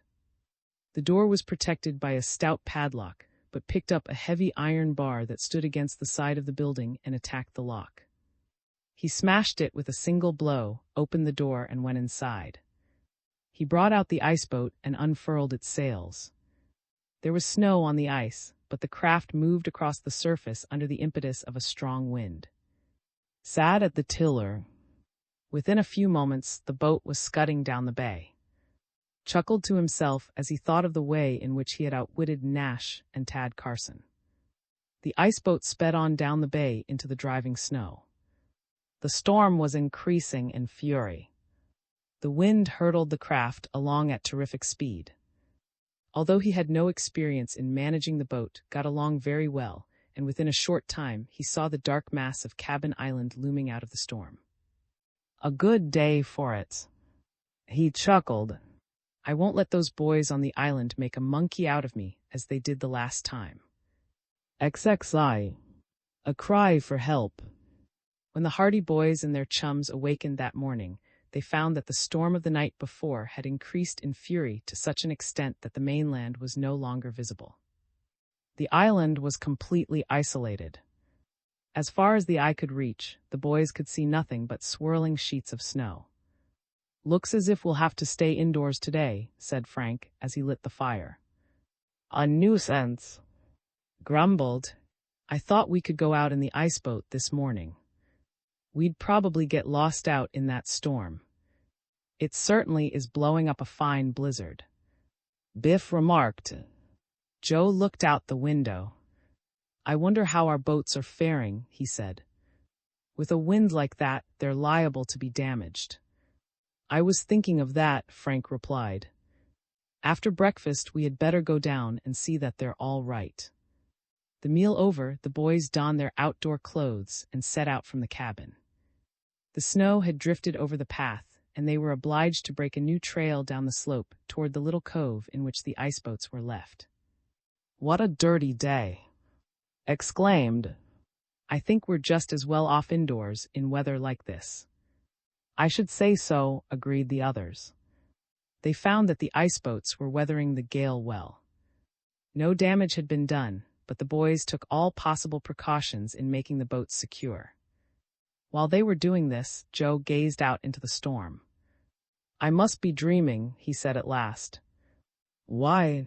Asked Frank.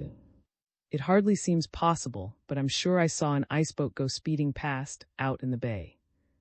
It was just a shadow in the snow. What would an ice boat be doing out here on a day like this? Scoffed. You certainly must have been dreaming. The boys gazed out into the blinding wall of snow. They saw nothing and they were just about to turn away, branding Joe's statement as a false alarm when they heard a loud crash. What's that? The noise came from somewhere out in the storm, but it was so loud that the lads knew it had been caused by something not far from shore. There is something out there, cried Joe. If it was an ice boat, it must have been wrecked, Frank declared. I guess we had better investigate. They went on down the shore a short distance, still gazing out into the driving snow, but there was no solution to the mystery. They could see nothing, and they heard nothing but the howl of the wind. Frank turned up his coat collar. I don't care to venture very far away from the island, he said doubtfully. It would be mighty easy to get lost out there. I wonder what caused that crash. They were just about to give up the search when they heard a faint cry. Help! Help! It was a man's voice. That settles it, declared Frank. There has been an accident out there and someone is hurt. He'll freeze to death if we leave him out there.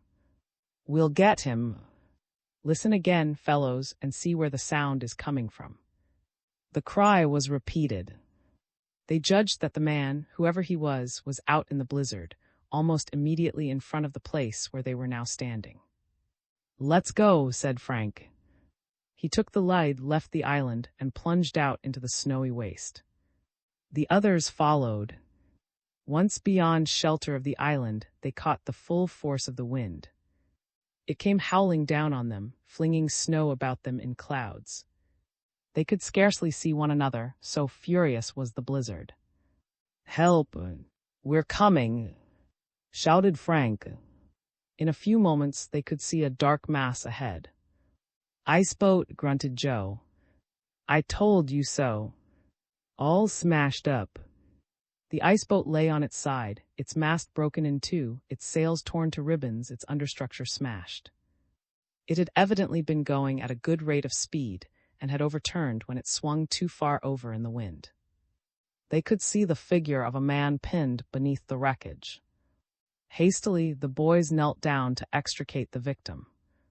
When Frank saw who the man was, he gave a shout of surprise. "Get me out of here," snarled. "My leg is broken." The lads wasted no time in dragging their enemy from beneath the wreckage of the iceboat. He was groaning with pain. "I can't walk," he moaned. "You'll have to carry me. My leg is broken." The boys raised on their shoulders. There was no use trying to save the iceboat. It was wrecked beyond all chance of repair. "How did you come to be out here on a day like this?" demanded Frank as they started the journey back to Cabin Island. Made no reply. He was moaning with pain. His right leg hung limply, but Frank's practiced eye saw at a glance that it was not broken. "Sprained his ankle most likely," he said to Joe. "Lucky I wasn't killed," groaned. "I was going at terrific speed, and I couldn't get the boat stopped. I tried to lower sail, and the wind turned the whole boat over on top of me. Anybody who goes iceboating in a storm like this deserves whatever happens to him," observed unsympathetically. Was a heavy man, and by the time the boys reached the island they were forced to stop and rest. Then, puffing from their labors, they raised the injured man to their shoulders again and began to climb up the slope. "I'm glad you heard me shouting," muttered. "I would have frozen to death out there." "A lucky chance for you that we heard you at all," Joe said. "If we had been up in the cabin, we would never have heard a whisper." Frank nudged his brother. "Lucky for us too," he said. "Now we'll be able to make him talk." At last they reached the cabin. They put on one of the beds, and then Frank examined the injured leg. As he had suspected, it was not broken, although the ankle was badly sprained. Having bathed it and put liniment and a bandage on the injured limb, Frank looked down at. "You're all right. Don't make such a fuss. It's only a sprain. Lucky it wasn't worse. I'm glad you boys heard me calling. Pretty nice to have friends near at hand, isn't it?" said Frank. "Now that you're here, I think you'd better tell us why you were snooping around the island in the first place." "I wasn't coming to the island," returned lamely. "As if we'll believe that." "Now, boys," said placatingly, "let's forget all our little differences and let bygones be bygones. You have saved my life, and I'm very grateful to you. I didn't mean you any harm. Why were you coming here today?" insisted Frank. "I'll tell you. After what happened the other day, I worried a lot. I was afraid you lads might think I was up to something crooked, and I wanted to make things square with you. So I decided to come here and make friends with you. And then I was going to look for that pocketbook I lost." "Was that the only reason?" "Absolutely the only reason." "What interests you here so much?" asked Joe. "I'm interested in the island because I want to buy it. There is no other reason beyond that." "Why did you steal our supplies then?" "Now, boys," said, "what's the use of going into all that? I didn't take your supplies. I had nothing to do with it. I don't see why you should accuse me of a thing like that." "Bluff," said Frank. "Nothing but bluffs. Your pocketbook story is a fairy tale. Well, mister, you're in a bad fix, you know. You won't be able to get back to town unless we take you there, and I'm warning you that unless you tell us the reason for your visits here, we intend to bring you in and turn you over to the police on a charge of trespass. His eyes narrowed. You wouldn't do that. Wouldn't we? You'd better tell us what you know. I don't know anything. You're just persecuting me. I merely came out here to make friends with you this morning, and you won't give me a chance. We know you too well. What's it to be, mister? Are you going to talk or are you going to jail? The victim groaned miserably. I don't see why you try to make everything so unpleasant for me, he complained. You have me at your mercy, and you're just taking an unfair advantage. He rubbed his sprained ankle tenderly. I'm tired. I want to go to sleep. Perhaps after you've had a sleep, you'll think better of it. Shrugged. He removed his coat, folded it very carefully, and placed it under his head. Do you want a pillow? Asked. Hang your coat up on the wall, Frank suggested. No. I'm quite all right, returned hastily. I'm quite comfortable as I am. I wish you boys would leave me alone. I want to sleep. He placed his head on the folded coat. The boys moved away. We can't pump him, whispered Frank. Better leave him alone for a while. With a great deal of groaning and muttering, composed himself for slumber. In a short while his heavy breathing told the boys that he was asleep. XXII. The letter, just like a clam, that fellow, exclaimed Biff Hooper. He sure doesn't want to talk, Frank Hardy agreed. I thought we could scare him, but I guess there's nothing doing. He didn't come back here to make friends with us. He was making another try at that notebook, that's what he was doing. It must be mighty important to him. Joe was eyeing the coat had folded so carefully and put under his head. Wonder why he wouldn't take a pillow. He wasn't taking any chances on letting that coat get away from him. The boys looked at one another significantly. Perhaps he has some important papers in the pocket, whispered. Fine chance we have of getting at them. I don't know about that, said Frank. Where there's a will, there's a way. Let him sleep a little longer, and we'll see if we can't get at them. The storm raged fiercely outside the cabin. The blizzard had grown in fury. The trees bowed before the bitter wind. The boys idled about, waiting for the moment when they could attempt to secure the coat from beneath the head of their sleeping enemy. At last Frank nodded. Was snoring. Frank went over to the wall and took down his own coat. He folded it carefully, then beckoned to Joe. Together, the boys tiptoed over to the head of the bed. While Joe held Frank's coat, Frank gently grasped the coat under his head and began to withdraw it. The man stirred uneasily. His snoring ceased. The boys stepped back, turned over on his side. The coat was almost entirely free. The boys waited a few moments, then went toward the man again. With a quick movement, Frank drew the coat from beneath his head, while at the same instant Joe slipped the other in its place. They stepped back, groaned in his sleep, stirred again. His groping hand reached for the coat, and he drew it closer to him. In a few moments, his snoring again resounded through the cabin. The boys retreated to the kitchen. I don't like the idea of going through a man's private papers, said Frank reluctantly, but in this case I think there is some excuse. Is up to some crooked business here, and it's our duty to find out what it is. That's right, agreed the others. Frank felt the inside pocket of the coat.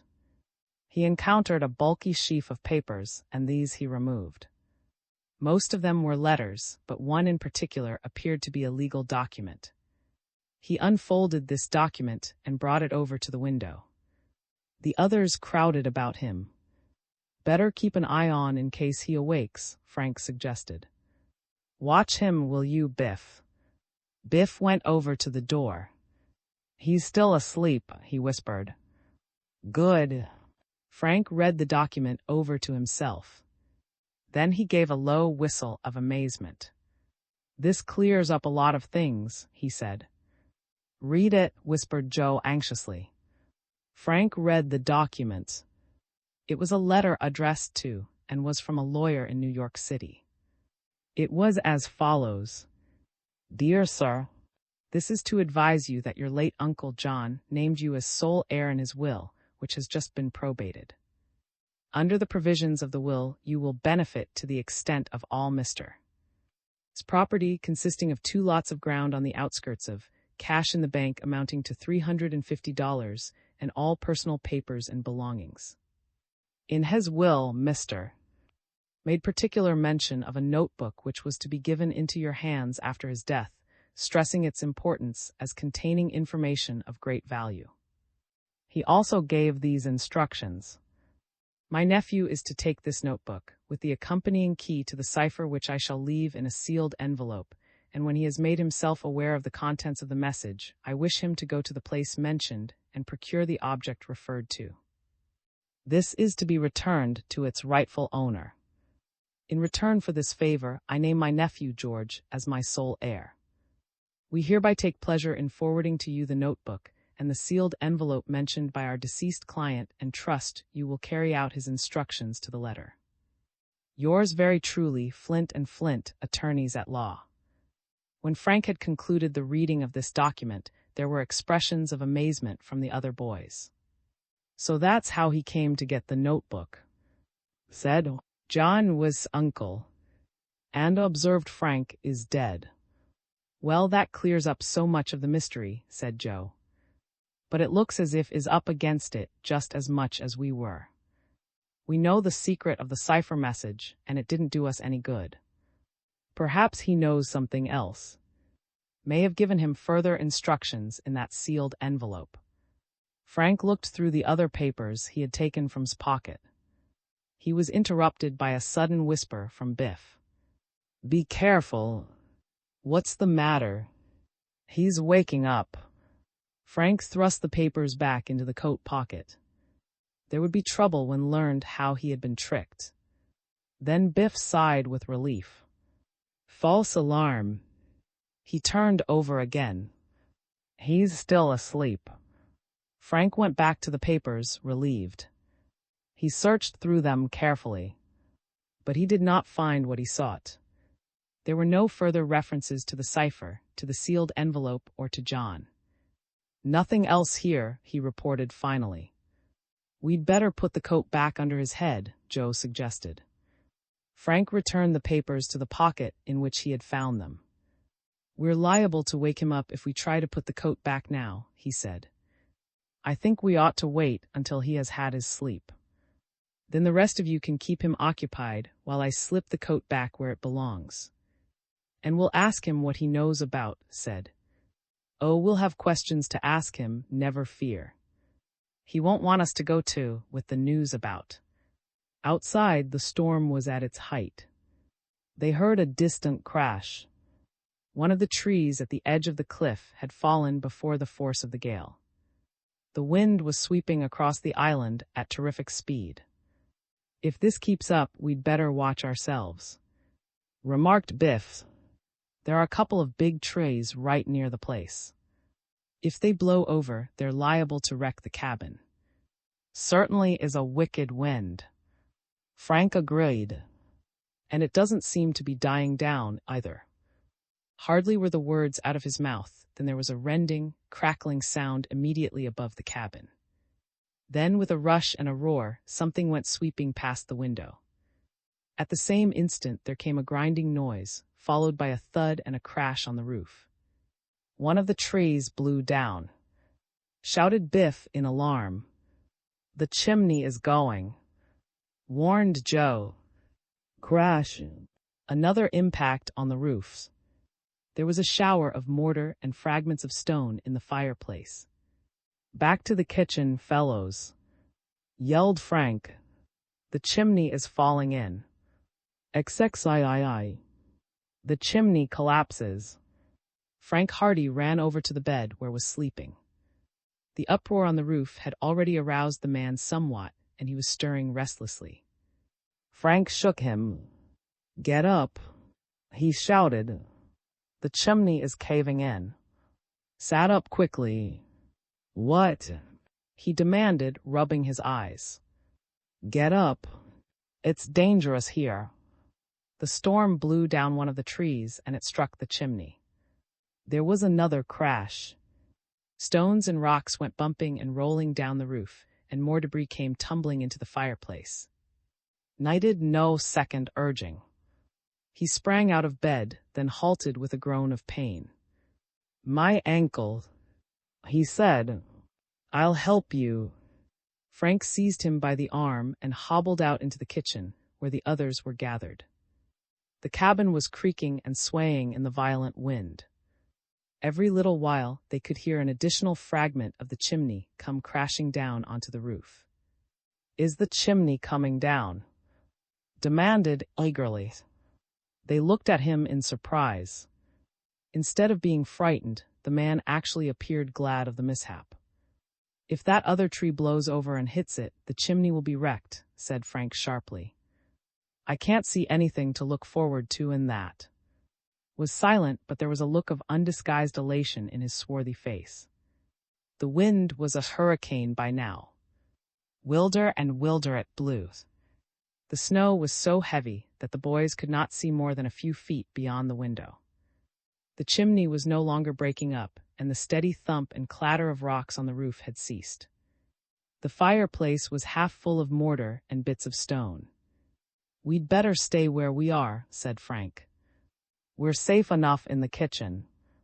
If that chimney collapses, it will mean trouble for anyone in the outer room." Limped over to a chair and sat down. "Might as well be comfortable," he muttered. "Certainly," agreed Frank. He swung around to face the man. Then quite calmly he said, "When did John die?" Was taken completely off his guard by the sudden question. "About 18 months, he began. Then he halted. "What do you know about John?" he demanded. "We know he was your uncle. And we know he disappeared from home with the rosewood box 15 years ago. We know a lot more than you think." "You found that notebook," shouted the man. "Of course. You had no right to read it. The notebook was mine. I'll have the law on you for reading it. The law will be interested in that notebook. You're none too anxious to let the police see it, or Mr. either." The shot told. His lips curved in a snarl. "What if does see the notebook? What do I care if you turn it over to him or to the police? It won't do any of you any good. The only important thing in the whole book is written in cipher, and I defy you to solve it." He sat back triumphantly. "We have solved it," Joe told him. "What?" Started forward, his eyes staring. "We solved the cipher." Consternation was written on his face. He groaned. You haven't found it." He gasped. "Found what?" The man's eyes became cunning. "Don't you know?" Frank shook his head. "We have found nothing so far. I think you'd better tell us what you were looking for." "What should we have found?" Sat back, sighing with relief. "There is nothing," he said. "Not now. Why have you found it already?" He nodded. "Yes, I found it several days ago. There is nothing for you boys to gain by looking further." "Then why," asked Joe, "did you come back here today?" Licked his lips and was silent. "You're bluffing again," said Frank. "If you had found what you were looking for, you wouldn't have kept coming back to the cabin. You found yourself up against the same problem that we did. We searched that chimney high and low and found nothing. Neither did you." Shrugged. "I've talked too much. You won't get any more out of me. I wish I had kept my mouth shut." "Just as you wish," remarked Frank casually. I think we're all in the same fix. You don't know any more than we do. But I warned you that we will keep an eye on you. If you do learn the secret of the chimney, you won't keep it. Laughed sneeringly. Then you'll wait a long time. He was interrupted by a startling sound. The shrieking wind had proved too much for the second of the tall trees that towered above the cabin. It gave way before the gale. With an ominous crackling, with branches snapping like pistol shots, it began to fall. The boys could hear the gathering roar as the great tree plunged down toward the roof of the cabin. Leaped to his feet in fright, then sagged helplessly against the wall as his injured ankle refused to support his weight. "We're done for," he shouted in terror. "The cabin is falling in." Crash! The tree had struck the chimney. There was a deluge of stones on the roof. The boys cowered in the kitchen. If the roof gave, they might be seriously injured. A picture of abject fright crouched in the corner. With a hideous roar, the chimney collapsed. At the same time, the great tree went sweeping down past the side of the cabin. When it struck the chimney, its downward course had been diverted. The falling stones broke great holes in the roof of the cabin and came crashing down into the living room. A cloud of dust rose from the fireplace. A stone crashed to the floor, rebounded and smashed a pane of glass. It seemed as though the din would never end. "Let's get out of here," was babbling, white with fear. "Let's get out. We'll be killed. The whole place is coming down about our ears." "We're all right," snapped Frank. "Be quiet." Had any of them been in the living room, they would probably have been seriously injured. The weight of the fallen chimney had broken in the roof, and stones were still crashing through to the floor below. The fireplace was wrecked. At last the uproar died away. Snow was sifting through the hole in the roof, and when Frank peeped through the doorway, he could see the jagged fragments of the chimney rising above the gap. "I guess it's all over now," he said calmly. Restrained him. "You're not going in there," he said. "Frank, don't be foolish. You'll be killed. There won't be any more falling stones. The rest of the chimney is pretty firm. I'm anxious to investigate. Where's that flashlight?" "I'm coming too," declared Joe, realizing Frank's motive. "This may be a lucky thing for all of us." "Lucky," groaned Biff. "Do you call it lucky to have the chimney fall in and wreck the place?" "We'll say." Frank picked up the flashlight. He looked out into the living room again. It was a scene of desolation. Great stones and quantities of debris, dust, and mortar lay all about. Then, followed by Joe, he left the kitchen and picked his way among the rubbish over to the fireplace. "XXIV. The discovery. Do you think we'll find it, Frank?" asked Joe Hardy. "I shouldn't be surprised. If there is anything hidden in that chimney, the banging up it got just now should reveal it." They peered into the fireplace. It was choked with rubbish. Better clear some of this away. They began moving away the stones and rocks that blocked the entrance. And Biff, after watching the Hardy boys for a few moments from the kitchen, came over to help. They forgot their fears in the eagerness of the search. Once, while moving away a large stone, Frank dislodged some others that came down with a rush. He jumped back just in time. "This business isn't safe yet," muttered dubiously. However, the boys went on with the work and soon cleared out the fireplace with no further mishap. Frank entered the opening and peered up. Clear daylight ahead. He called. The tall chimney having collapsed, he could see the white snow swirling just a few yards above. He switched on his flashlight and examined the interior. Then he gave an exclamation of satisfaction. "It's all cracked and broken," he reported. "I'm going up." "Be careful," advised Biff nervously. But Frank was already scrambling up into the fireplace. The others waited. They jumped apprehensively when his struggling feet kicked loose some more stones that came plunging down into the rest of the debris. For a while, there was silence. Suddenly, there was a muffled shout from the chimney. "I have it!" yelled Frank in excitement. "It's here!" The others heard him struggling for a moment, then came a further shower of stones and mortar. "Got it!" shouted Frank triumphantly. Then he came scrambling down into the fireplace again. His hands and face were black with soot, his clothes were ruined, but he bore in his hands an object that brought shouts of delight from the boys.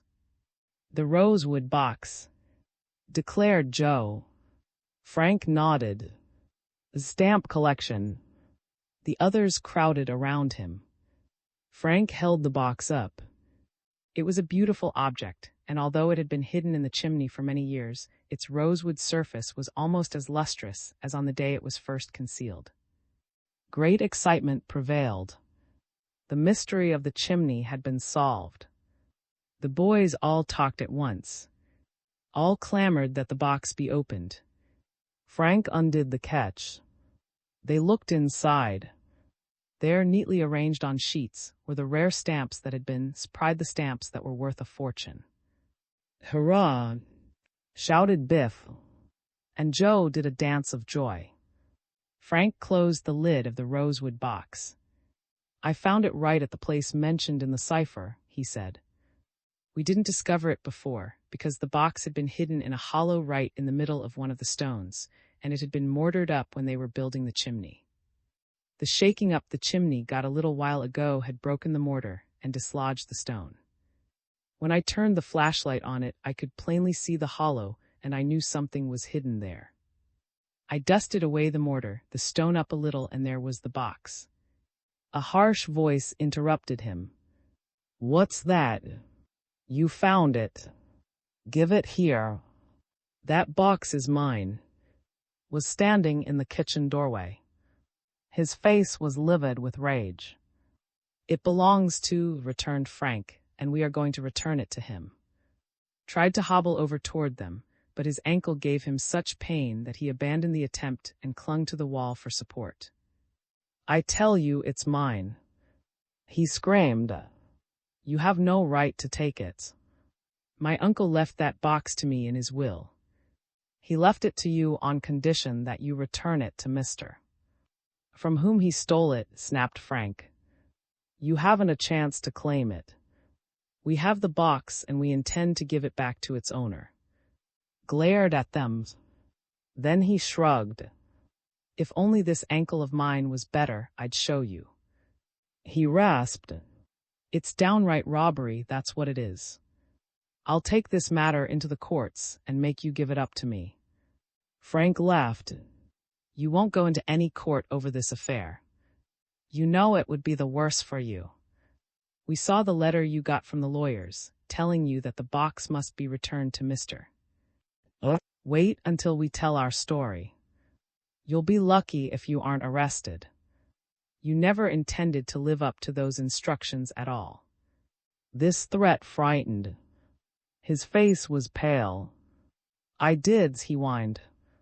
"I meant to give it back to Mr. Let me have the box, boys, and I'll see that he gets it." "No chance. The box is a lot safer with us than it is with you. We found it and we're going to give it back. You'd better sit down and tell us all about it." Hesitated. Then he hobbled over to one of the beds and sat down. "I guess the game is up," he admitted heavily. "Tell us what you know about this affair, and we'll let the whole business drop as far as you are concerned," Frank promised. "If you don't tell us, we'll simply let the police take action, and you know what that will mean," he added significantly. "Well, said at last, I suppose there is nothing else for me to do. With any luck at all, I might have had that box, and I would have been miles away by this time. How did it get here in the first place?" Began his story. "My Uncle John," he said, "was a servant in the home for many years.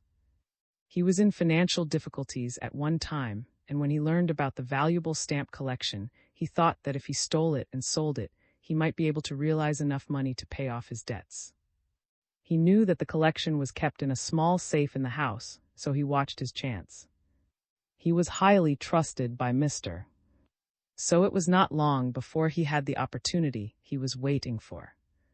The safe was left unlocked one afternoon, so my uncle slipped into the study, took the box, put on his hat and coat, and left the house.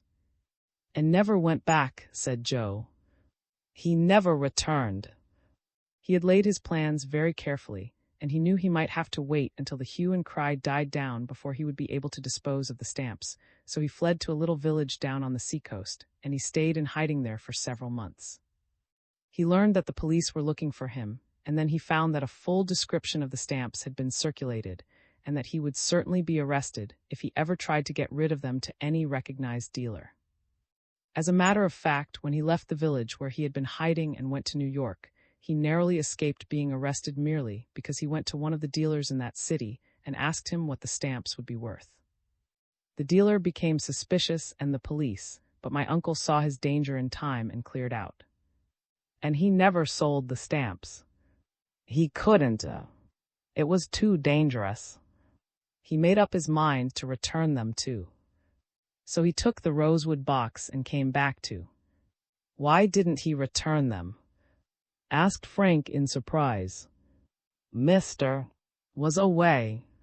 He had gone to Europe on one of his periodical collecting trips.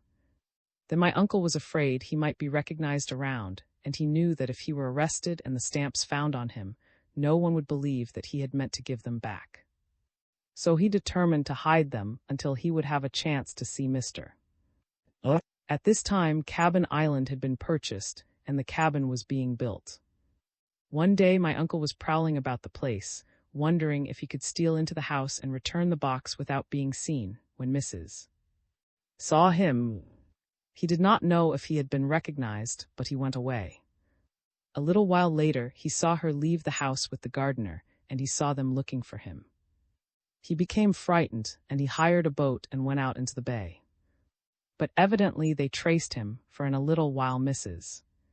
and the gardener set out in their own boat. Looked gloomily at the floor.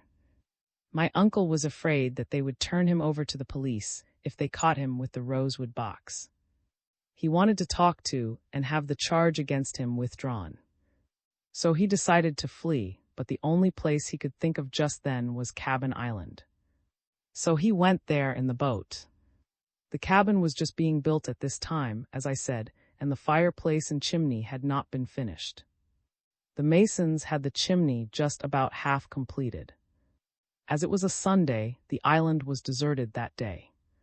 Fearing that he might be trapped on the island with the box in his possession, he hid it in a hollow of one of the stones and covered it over with mortar, intending to come back for it later.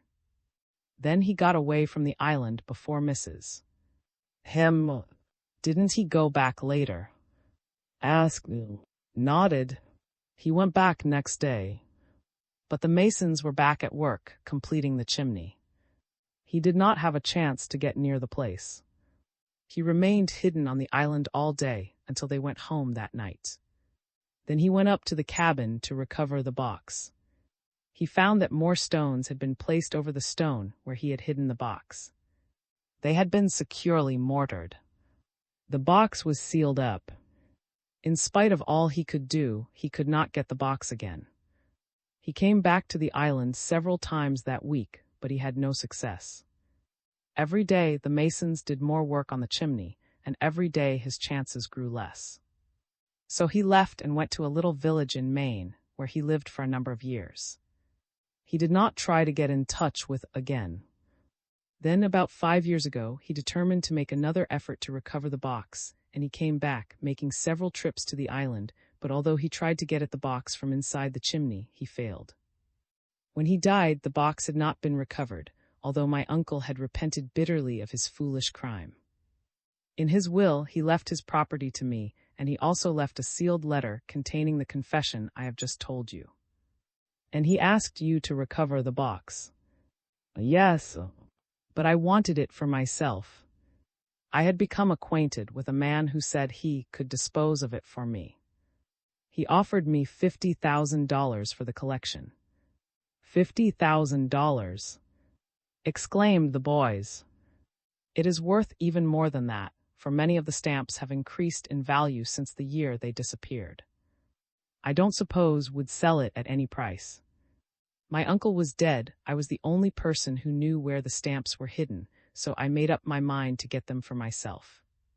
I came to the island, but I soon saw that the only way I could get at the box would be to wreck the chimney. I went to and made him an offer for the cabin. I did not have the $8,000 I offered him, but I thought that if he accepted, I could give him a small cash payment, occupy the island long enough to get possession of the stamps, and then I would clear out. But he wouldn't sell. So then I determined to get the stamps by hook or by crook. Mostly crook. Interrupted. Flashed him a glance of hatred. You boys spoiled my game. We were almost ready to give up, Frank told him. If you hadn't been so persistent, we might have left the island, and you might have got the stamps after all. I was afraid you would find them first, said. When I lost that notebook, I was afraid you would solve the cipher and get the box before I had a chance. Well, I took a long chance and I lost. That's the whole story. Now what are you going to do? He glared at them defiantly. First of all, Frank decided, we are going to wait until this storm dies down. Then we are going to take you back to. Not to the police. Shouted in terror. No, not to the police. I imagine, mister, we'll be content with getting the stamps back. We promise not to turn you over to the police if you confessed, and we'll keep our promise. But you must get out of. I never want to see the place again, groaned. We are going to explain the whole affair to mister.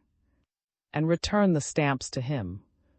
It will be a return for his kindness in letting us have the island for our outing. I guess our outing is finished, remarked regretfully with a glance at the ruined roof. We didn't have many more days to stay anyway, consoled Frank.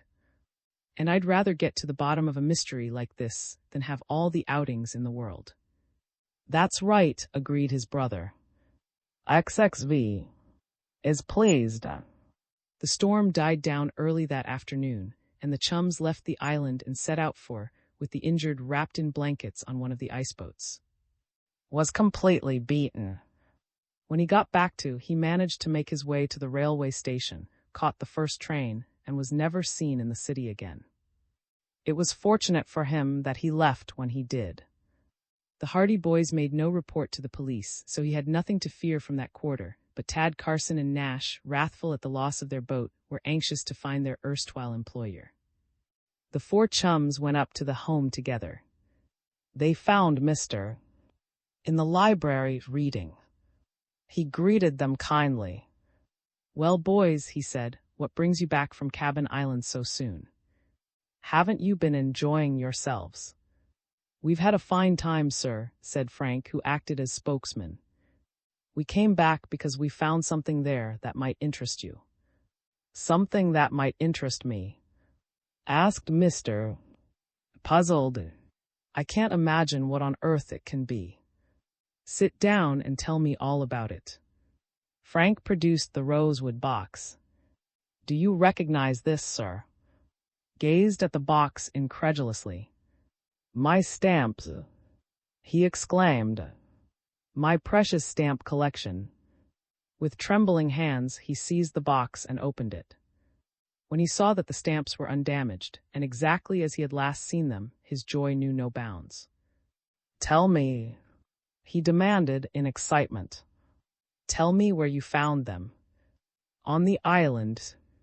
We found them on Cabin Island, replied Frank, hidden in the old chimney among the stones. They have been there for years. Was amazed. But how did you learn they were there? I never suspected for a moment. Why, I had given them up for lost. You can't imagine what this means to me, boys. That stamp collection is priceless. It was one of the tragedies of my life when the rosewood box was stolen. Then the boys told him the full story of their adventures on Cabin Island, beginning with their first encounter with, and concluding with their discovery of the rosewood box after the chimney had been wrecked by the storm. I'm afraid the cabin is in a bit of a mess, said Frank, but I don't think we'd have found the stamps at all if things had not happened the way they did. I am of course sorry about the cabin, said Mr. But these stamps mean more to me than that. The cabin can be fixed up for a few dollars. So that was why I was so anxious to buy the place. The rascal, John's nephew, I always knew had stolen the rosewood box, but I never dreamed he had hidden it so near at hand. The old gentleman's gratification was inspiring. The boys had known that he would be pleased at the return of his treasured stamp collection, but they had not expected that it would give him the degree of pleasure which it evidently did. He gazed at the stamps constantly, held them up to the light, admired them, patted the boys on the back, and finally sat down at his desk. I can't do very much to express my appreciation, he said, but I want you boys to accept a little reward. I have spent hundreds of dollars trying to get my collection back. I even engaged professional detectives who failed. If anyone ever has need of a detective, I'll certainly recommend the Hardy Boys to him. Frank laughed.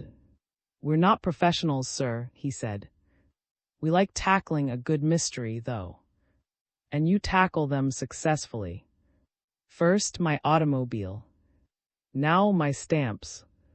Very few lads would have made good use of the slim clues you had.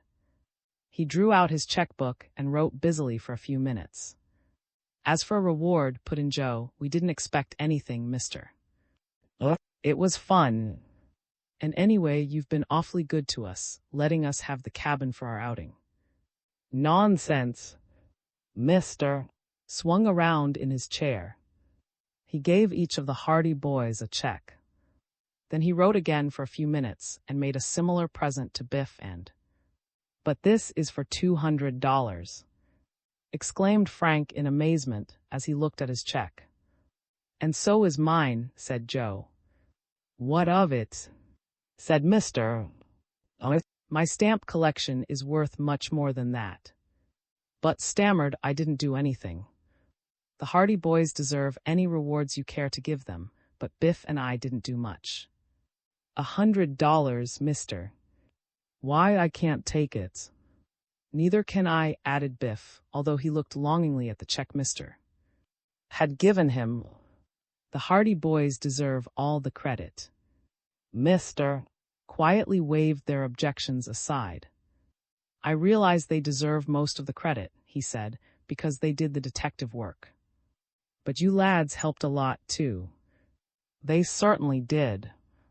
Joe interpolated with great earnestness. So you mustn't spoil my pleasure in having my stamps back by refusing what little reward I can give you. Jay said in delight. I can do a lot of things with $100. Isn't it great? Furthermore, continued, I want you boys to understand that Cabin Island is at your disposal at any time. I'll have the cabin fixed up immediately, and if you care to go there at any other time during the winter, you are welcome. And I imagine it will be a pleasant place for a vacation outing next summer. From now on, you may consider the cabin as your own. I never use the place, and it will give me a great deal of pleasure if I know good use is being made of it. Biff forgot himself. Hurrah! He yelled. Hurrah! You're a prince, mister. The old gentleman beamed with pleasure. I can't think of anyone I would rather have as my guests on Cabin Island, he said, than the Hardy Boys and their chums. Aye. Heading for trouble. Something queer about this business, said Frank Hardy, as the three boys went back toward their iceboat. I don't see why he should be so anxious to keep visitors off his old island. We weren't doing any harm. He's a crab, declared. Who is he, anyway? I think his name is, said Joe. I've heard that he owns Cabin Island, said Frank reflectively. I've heard that name before. Of course you have. He's an antique dealer. Sort of queer old codger from all accounts. We saved his automobile for him, don't you remember? Oh, now I know where I heard his name, exclaimed Frank. You're right. He lives in a big house up the shore road. Sure. His car was one of those stolen when the auto thieves were busy on the shore road. We found it in the cave when we rounded up the gang. The incident to which Joe referred was the climax of one of the numerous mysteries solved by the Hardy Boys. The brothers who were introduced to our readers in the first volume of the series, entitled The Hardy Boys, The Tower Treasure, were the sons of a celebrated American detective, Hardy by name, and had already won considerable fame for themselves in and about their home city by reason of their success in solving a number of mysteries that had baffled the local police. Frank and Joe, although still in high school, were anxious to follow in their father's footsteps. Hardy was a hero to them. For many years he had been connected with the Detective Bureau of the New York Police Department, where he had earned such distinction that he was able to resign and move there to accept cases as a private investigator.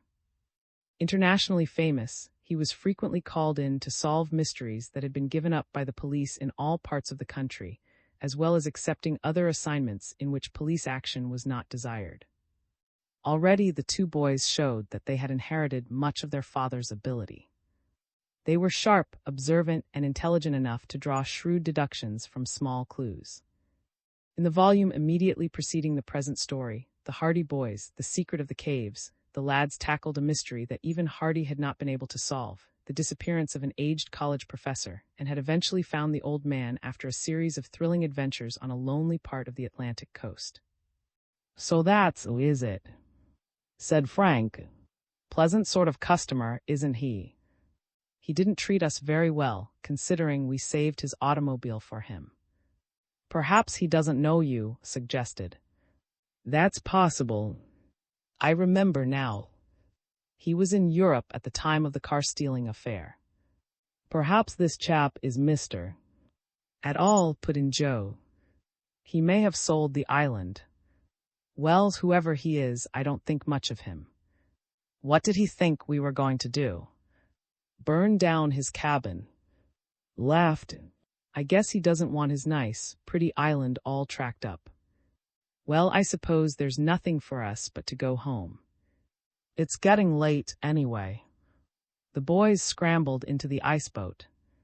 Before they started off, however, Frank looked back up against the lonely cabin, silhouetted at the top of the cliff against the dreary winter sky. The man who had driven them away was nowhere in sight. "I can't get it out of my head that there's something strange about this business," he said. "I'd like to know why he was so anxious to chase us away." "Aw, you see a mystery in everything," scoffed. "He's just a cranky old chap who likes to show his authority. I'll bet he even tries to boss the rabbits and the snowbirds on the island. Let's go."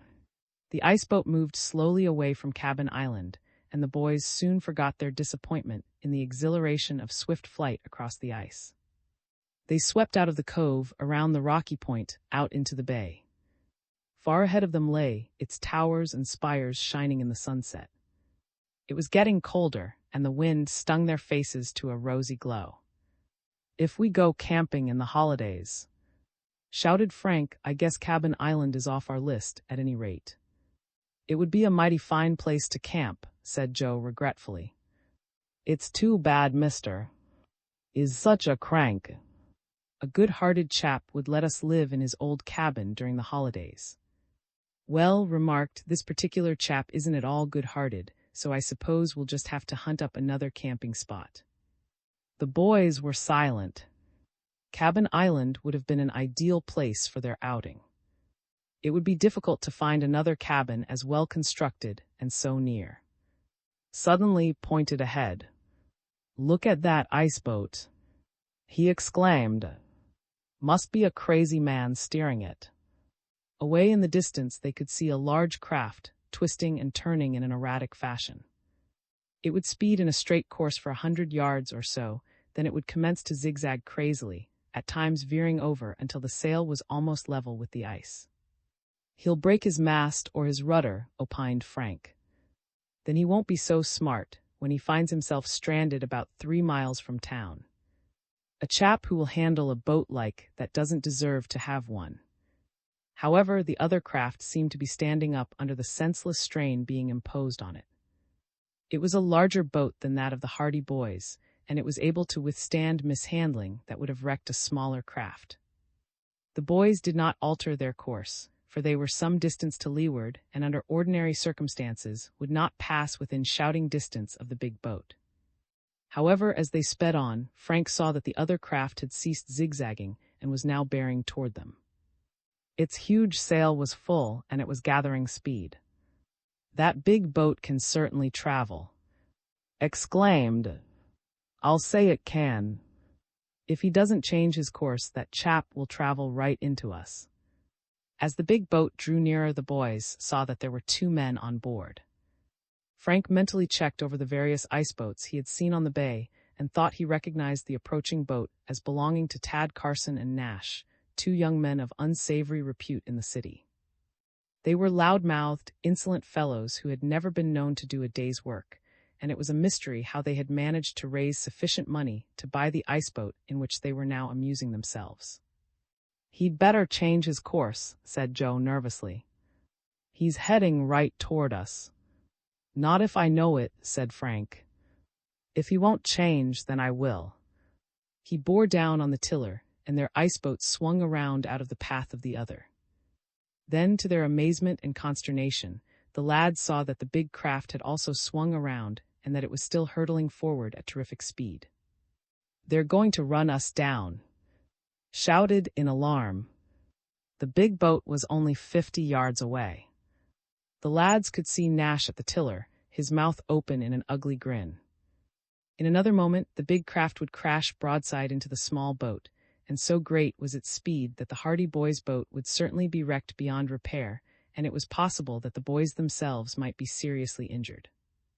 Then they saw bear down on the tiller again, evidently trying to avert the catastrophe at the last minute. It had been a crude, practical joke on his part, to frighten the lads. Then he looked up, his face frightened, and shouted. The tiller had not responded. The big iceboat did not change course. It was booming down on the smaller craft at terrific speed. Aye. A strange note.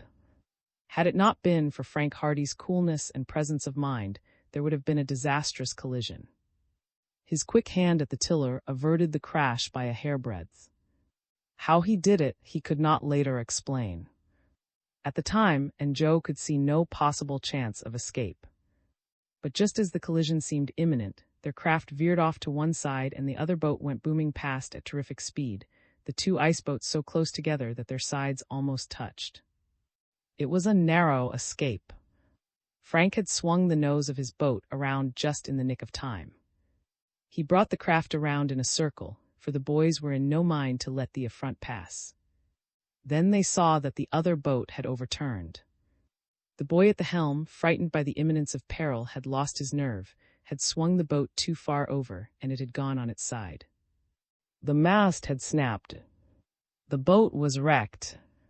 The Hardy Boys and Morton went back to the scene. Tad Carson and Nash were just crawling out from under their capsized craft. "What's the big idea?" roared Nash in an ugly humor. "Now see what you've done. You might have killed us."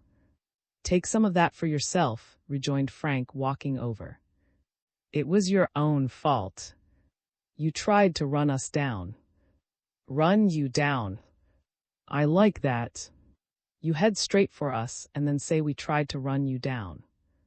You've smashed our boat, so you have, and you'll pay for it."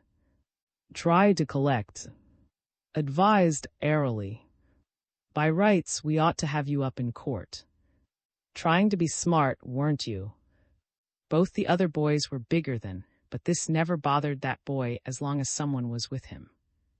Absolutely deliberate, wasn't it, Tad? "You bet," said Carson. "The young brats drove right at us. If they had hit us, we might have been killed."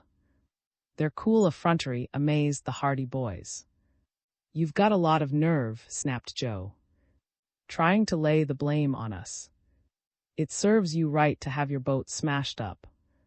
You would have smashed ours if we hadn't been lucky. After this, watch where you're going." "Look here," said Nash truculently, doubling his fists and stepping forward. I won't stand talk like that from you. No, said Frank, edging over to Joe's side and doubling his fists as well. What are you going to do about it? Yes, added, trying to achieve a threatening expression, what are you going to do about it? And Tad surveyed the three lads who stood facing them, with fists ready. Like most bullies, they were cowards, and now that their bluff had been called, they were not anxious to risk a battle that might prove the worse for them. You'll find out what we'll do about it, growled. As for me, I wouldn't waste my time thrashing you, although you need it mighty bad. Sure, agreed Tad Carson quickly. I wouldn't lower myself to lick you. Just a pack of babies, that's all. You oughtn't to be allowed out on the bay when you can't handle a boat. It's your boat that got smashed, reminded them cheerfully. How was that for handling? Come on, said. Don't talk to the brats, Tad. What's the use wasting time on them? That's what I say, agreed his companion, and they returned loftily to their smashed boat, trying to conceal their chagrin. Want a ride back? Chirped. You clear out of here or we'll smash your boat too. Let's go, advised Frank. They're in a bad humor. It wasn't our fault. I think we were lucky to escape so easily. If our boat had been smashed, they would have just laughed at us. The lads scrambled back into their ice boat, and in a few minutes they were sailing up the bay again, past the wreckage of the other craft. Nash and Tad Carson were clumsily trying to put it to rights. That'll teach 'em to go around scaring people, observed Morton virtuously as they flashed by. He waved ironically at the marooned sportsmen, and was rewarded only by a shake of the fist from Nash. In a short time the lads were back at, and having placed the ice boat in its berth, they walked up the snow-covered street toward the Hardy home. This was a fine brick residence on High Street, with a garage where the boys kept their motorcycles and the decrepit auto they had bought with their savings, and which had been of so much value in solving the shore road mystery of the stolen automobiles, as recounted in the volume of that title. At the rear was a barn, which had been fitted up as a gymnasium, where the Hardy boys and their chums spent many happy hours on rainy and stormy Saturdays. When the Hardy boys said goodbye to Morton and entered the house, they were greeted by Aunt, a peppery, dictatorial lady of certain temper and uncertain years, who was again with the Hardys for a visit of indeterminate length. Aunt could never reconcile herself to the idea that the boys were growing up and persisted in treating them as though they were still infants, or, as Joe expressed it, as if we were half. Go back and stamp the snow off your shoes, she ordered as they tramped into the hall. It's a disgrace, the way you two boys track up this house just as soon as I've got everything all cleaned up. There was very little snow on the boys' boots, and Aunt never, under any circumstances, assisted in the house cleaning, but it was her nature to give orders. The boys knew better than to disobey, so they meekly returned to the vestibule and stamped their shoes, then came back into the hall. That's better, said their aunt grudgingly. Now go into the library. Your father is waiting for you. You should have been home hours ago. I declare I don't know where you spend your time. Just gallivanting around when you should be at home doing your studies. The boys went on into the library. The door was open, and when they entered they found their father, Hardy, the noted detective, perusing an imposing grist of legal documents at his desk. He glanced up and smiled at them. Hello, sons. Been out on the bay? Yes, sir, returned Frank. Out in the ice boat. Good, healthy sport. Have a good time. Oh, yes. We went away down as far as Cabin Island. Cabin Island, eh? That's strange.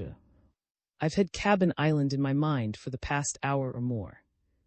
There has been a message here waiting for you. A message? Mister. Hardy reached into his desk and produced an envelope. A man called here this afternoon and left this message for you boys. But why should it remind you of Cabin Island, Dad? Asked Joe. Because the man who left the message here was chauffeur. Oh, exclaimed Frank. Why, he is the man who owns Cabin Island. So I believe. Well, there's the note at any rate. Better read it and find out what he has to say. Frank tore open the envelope and removed a folded slip of paper. There were a few typewritten words. He and Joe read them with growing amazement. "Well, what do you know about that?" exclaimed Frank finally. "I wonder what's the idea," said his brother. Frank handed the note over to their father. "What do you make of it, Dad?" Hardy read the note. He looked puzzled. Then he handed it back to the boys. "I can't say I'm sure," he said. "It's a strange note. Still, I suppose you had better do as he asks, and then you'll know more about it later." "We certainly will," said Frank. Then he read the note over again. IV. Holiday plans. The note which puzzled the Hardy boys was as follows. Frank and Joseph Hardy. Dear Sirs, if it is convenient for you to call upon me at my residence tomorrow, I should like to talk to you about a matter that has been in my mind since my return from Europe. If you will be good enough to call early tomorrow afternoon, I will explain further. Yours very truly. A matter that has been in his mind ever since his return from Europe, said Frank. I wonder what it can be. Well, we recovered his automobile for him from the Shore Road thieves, ventured Joe. What has that to do with it? Asked Hardy, smiling. Mr. wasn't in at the time. You remember, we got a big reward for clearing up that case, and the owners of the stolen cars contributed to it. But as Mr. was away, he wasn't in on that. Perhaps he wants to add to it, said Joe hopefully. Hardy shook his head in amusement. I thought you did very well. Surely you aren't looking for more money. Oh, we're not looking for more. Still, if Mr. feels hurt because he couldn't show his appreciation, why, we wouldn't turn down any offer, and Joe grinned. I don't know, Mr. said Frank. What's he like, Dad? He is an antique dealer, returned Mr. Hardy. He is quite well known in his own field. He travels in Europe a great deal, buying antiques. Of late years, he has kept very much to himself. I believe he has made a great deal of money, and in his time, he was one of the leading experts in antique furniture in the country. Isn't he still an expert? Oh, yes. But he isn't as prominent as he once was. Something happened to him a few years ago that made the old fellow very queer. I don't remember exactly what it was, but since that time he has been something of a character. Sounds interesting, commented Joe. Well, I guess we'd better go and see him tomorrow, hadn't we, Frank? Sure thing. We can ask him why he keeps such a tough-looking watchman on Cabin Island. A watchman? Exclaimed Hardy. Yes. We landed there this afternoon, and a man told us to clear out. Said we were trespassing. That doesn't sound like, said Mr. Hardy. I'm sure he wouldn't give any such orders. As far as I remember him, he has always been a rather kindly old chap. We thought perhaps he had sold the island. I haven't heard of its changing hands. I can't imagine why he would have a watchman there in the winter, anyway. Ask him about it when you see him tomorrow. The next morning, although the boys had discussed the note from Mr. Many times they had still failed to arrive at any satisfactory conclusion as to the reason why he should want them to call on him, so they were awaiting the interview with curiosity and expectation. That morning, while on an errand downtown for their mother, the brothers met Shaw and Morton. Both girls attended the high school and were in the same grade as the Hardy boys. A brown-eyed, brown-haired girl was Frank's particular favorite among the girls at school, while plump and dark, Morton's sister, was the only girl who had ever won even a reluctant admiration from the bashful Joe, who had even gone so far as to admit that she was all right as a girl. Which from Joe was high praise. Well, it's good to see you alive. Exclaimed. From what we've been hearing, it's lucky you're able to come downtown at all today. Yes, chimed in, has been telling me all about it.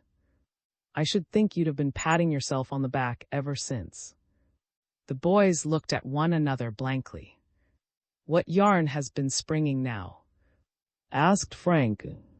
"No yarns. He was telling us how narrowly you all escaped being killed out on the bay yesterday afternoon."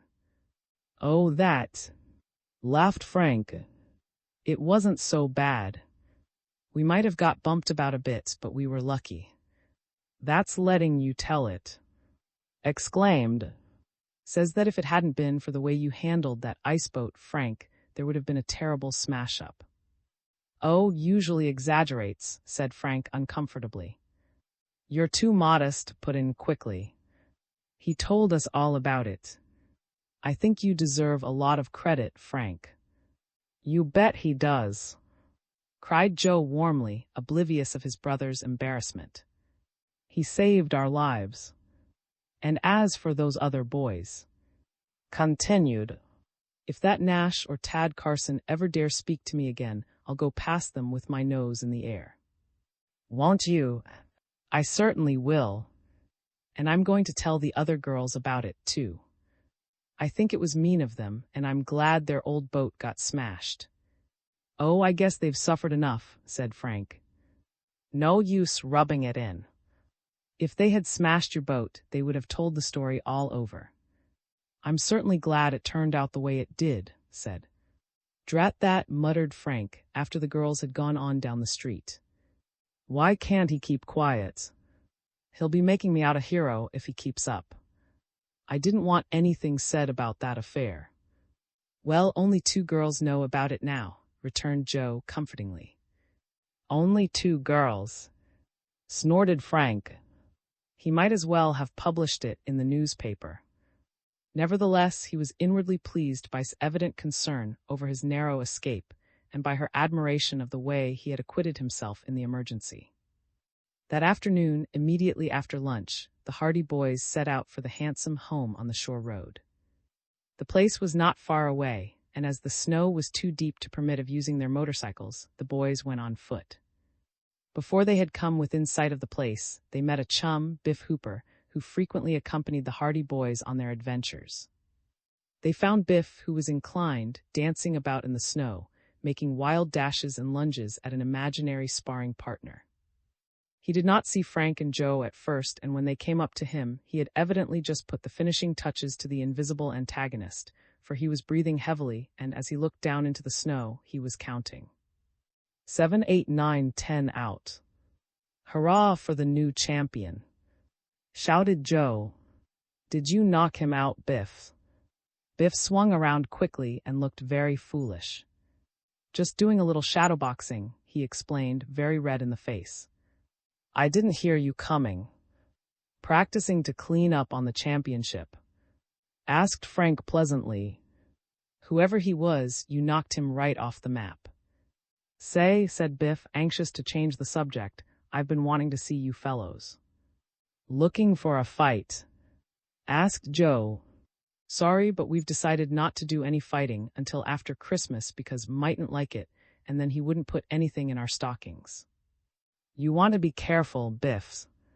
If here's you've been shadowboxing out in the main road, you mightn't get any lollipops on Christmas Eve." "Aw, dry up," grumbled Biff. "I've been wanting to see you, no kidding." "What about? What are you going to do in the Christmas holidays?" "Don't know," replied Frank. "We haven't made any plans yet. I guess we'll just hang around town. We've got the ice boat and there'll be some skating. How about an outing of some kind? I've had that in my mind for the past 2 or 3 days. Don't you think we could all get away somewhere and go camping?" "Sounds good," approved Joe. "Where shall we camp?"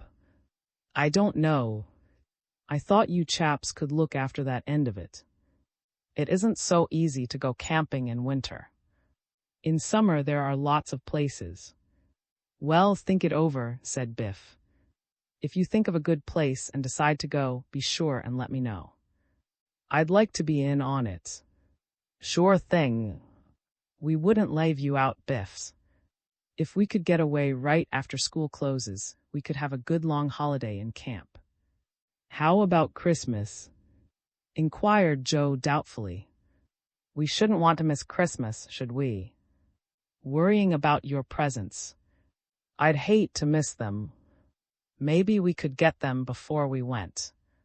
In that case, said Joe, relieved, I wouldn't care when we went to camp. Wells, think it over. Biff made a vicious left swing at his imaginary sparring partner. Be sure and let me know. Then he chased the invisible enemy down the road and was soon lost to sight around the bend. He's going to miss one of those wild swings of his someday and knock himself out, Joe. I never did see a fellow so crazy about boxing. He's good at it. Still, that's not a bad idea he has about camping during the Christmas holidays. We'll talk it over with. Sure. The boys went on, and in a short time they came to the house. It was a large, gloomy mansion, set back some distance from the road, and when the boys went up the walk, which had been swept and shoveled clear of snow, it was with a quickening sense of anticipation. They rang the bell. We'll soon know what Mr. wants to see us about, said Frank. The door opened. The housekeeper, a prim, angular woman, regarded them silently for a moment. Mr. asked us to call, explained Frank. He is expecting you, said the woman. You will please come in. They stepped into a gloomy hall, and the housekeeper ushered them toward a reception room. Please be good enough to wait, she said stiffly. Mr. is engaged at present. Then she went away, her skirts swishing. Frank and Joe Hardy sat uncomfortably on the extreme edges of their chairs and looked at the enormous family portraits on the walls. They could hear voices from a living room beyond. At first they could not distinguish anything that was being said, not that they listened there being a mere hum of conversation, but suddenly one of the men in the next room raised his voice sharply. I don't see why you won't sell, mister. Oh, I offer a good price. It was evident that the speaker was angry and perturbed. Then in another voice, also raised, came the reply. The island is not for sale at any price, mister. And that settles it. This presumably was the antique dealer. The other man expostulated. But you know very well I'm offering more money than. I do not care to discuss it. Returned Mr. Oh, the island is not for sale. That's final. No, I don't care to talk about it anymore. You are only wasting your time. Good day to you, sir. Mr. Oh. The Hardy boys heard the door of the living room open and saw two figures pass out into the hall. A moment later the front door closed with a bang. There were footsteps, and then a small, kindly, gray-haired gentleman stood in the entrance of the reception room. Frank and Joe, in the meantime, were looking at one another in astonishment. They had recognized the voice of Mr. Scholar, and they had recognized the man himself as he passed in the hall. It was none other than the man who had ordered them away from Cabin Island. Was advancing toward them, his hand outstretched. I'm sorry to keep you waiting, boys. You are Hardy's sons, I presume. Well, I'm glad to make your acquaintance. I didn't mean to make you wait, but my caller seemed insistent. He seemed rather disturbed and glanced back toward the door, shaking his head. That fool can't take no for an answer, he muttered. Then smiling, he turned toward the boys again. I asked you to call here this morning because I wanted to thank you for getting my Piercero back for me. I was traveling in Europe at the time, and I didn't know anything about the affair until I came back. I'm afraid you must have thought me very ungrateful. Not at all, sir, said the boys politely. Well, if I had been here at the time, you may be sure I would have expressed my appreciation at once. However, better late than never. I was away when the Automobile Club passed the hat for that reward. Referred to a reward which had been subscribed by various owners of cars, which the Hardy boys had recovered from the shore road thieves. That's all right, sir, said Frank. We weren't looking for any reward. I know. But you deserved one. And if you will allow me, I should like to give you a reward of my own." With that, he produced a wallet from his pocket and 2 crisp, new bills which he handed to the boys. The lads glanced at the money with surprise, for it had handed each $100 bill. "Oh, we can't take this, mister," protested Joe. "We've been very handsomely rewarded already, much more than we deserved. I want you to take this money. My car was not insured and was worth a great deal more than that to me, and if it hadn't been for you 2 boys, I would have lost it." The boys protested but insisted, and finally they were forced to accept the reward. "Now," said Mr. "If there is anything else I can do for you at any time, don't hesitate to ask me." The boys looked at one another. "There is something we'd like to ask you," hesitated Frank. "That is, if we're not intruding." "What is it?" asked the antique dealer agreeably. "It's about the man who just left here." "Oh, what about him?" "If you don't object to the question, does Mr. own Cabin Island?" Mr. shook his head. "Certainly not." "Why do you ask?" Frank then told him about the adventure of the previous day, and related how had driven the 3 boys away from the island. "We thought it was strange at the time, for we didn't think that the island had changed hands. Then, when we recognized Mr. as the chap who ordered us away, we thought we'd ask you about it." "Was indignant." "Why, I never heard the likes," he said testily. "He had no authority to order you away." "None whatever. In fact, he had no right to be on the island himself. The whole place belongs to me. He had no right to order us away then. No right at all. The island is mine. Mr. it seems, is anxious to buy it, but he hasn't bought it yet and he won't buy it, as long as the matter is in my hands. He came to me a few weeks ago and offered me $5,000 for the place. That is a large sum for an island, isn't it?" said Frank. "More than the place is worth. He came back this morning and raised his offer. Wanted to give me $8,000 if I would sell. But I won't sell. I won't sell him the island at any price, and I told him so. You see, when my wife and son were alive, they loved to go there in winter and summer, so Cabin Island has certain associations for me that cannot be estimated in terms of money. They are dead now, and I cannot bear to part with the place. The cabin was erected for the use of my family, and my wife and boy used to go there and watch the workmen building it. So I'm not at all inclined to turn the place over to strangers." "I see, sir," remarked Frank sympathetically. "I'm sorry if Mr. drove you away. He had no right to do that." "Of course we had no right there in the first place," ventured Joe. "Just as much right as. Now, boys, I have no objection to letting you visit the island from time to time, if the place appeals to you, providing you don't disturb things." "We would be very careful. I'm sure of that. Any time you want to visit Cabin Island, go right ahead. And if Mr. is there and has anything to say about it, you can tell him he has no authority and no right to be on the property. I can't imagine why he was prowling around there at all." "We were thinking of having an outing during the Christmas holidays," said Frank. "Our big difficulty was in finding a good camping place. Why couldn't we stay on Cabin Island, Mr.?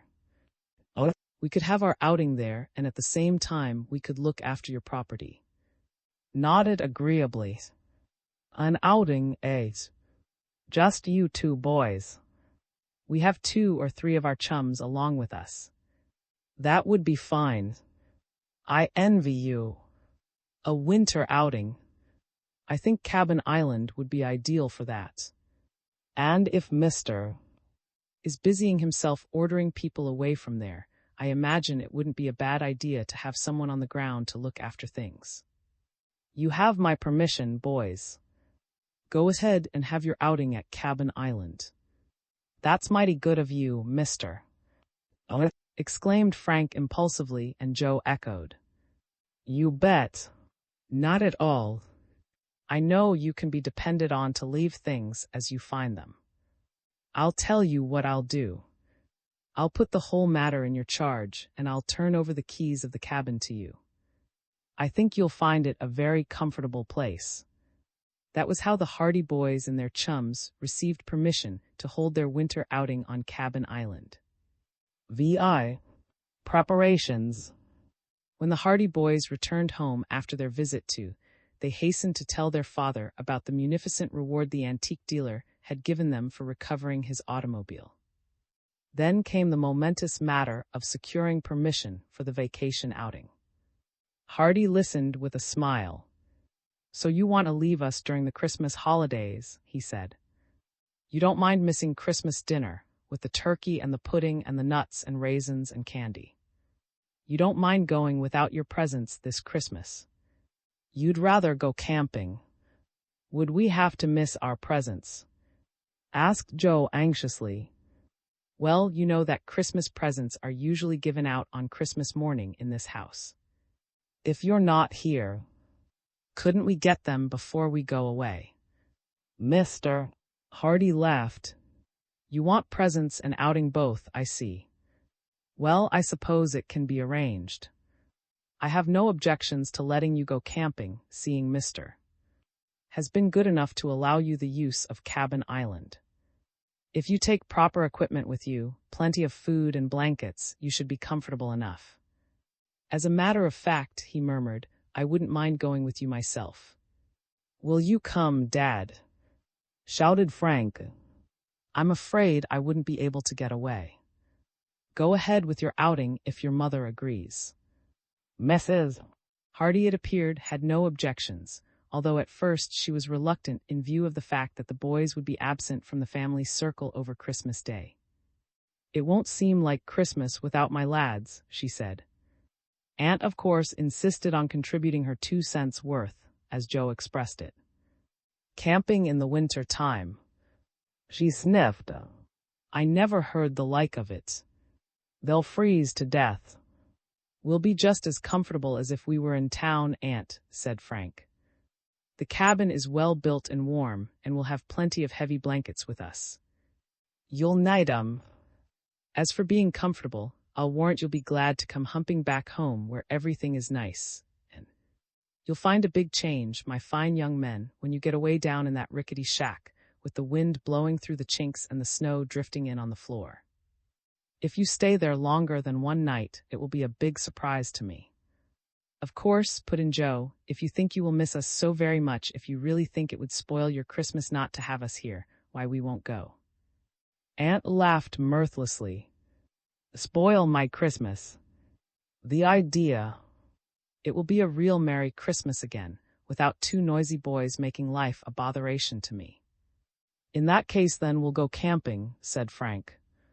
When they told Morton of their interview with, that youth was loud in his delight. He insisted promptly on being included in the proposed outing. The family is going to Boston for the holidays, he said. They were going to leave me at home alone. It looked like a fine Christmas. But now, oh boys, when do we start? 3 days before Christmas. Great. Who else is coming? We promised Biff Hooper. Sure, Biff's a good scout. But don't make the party too large. That cabin won't hold very many.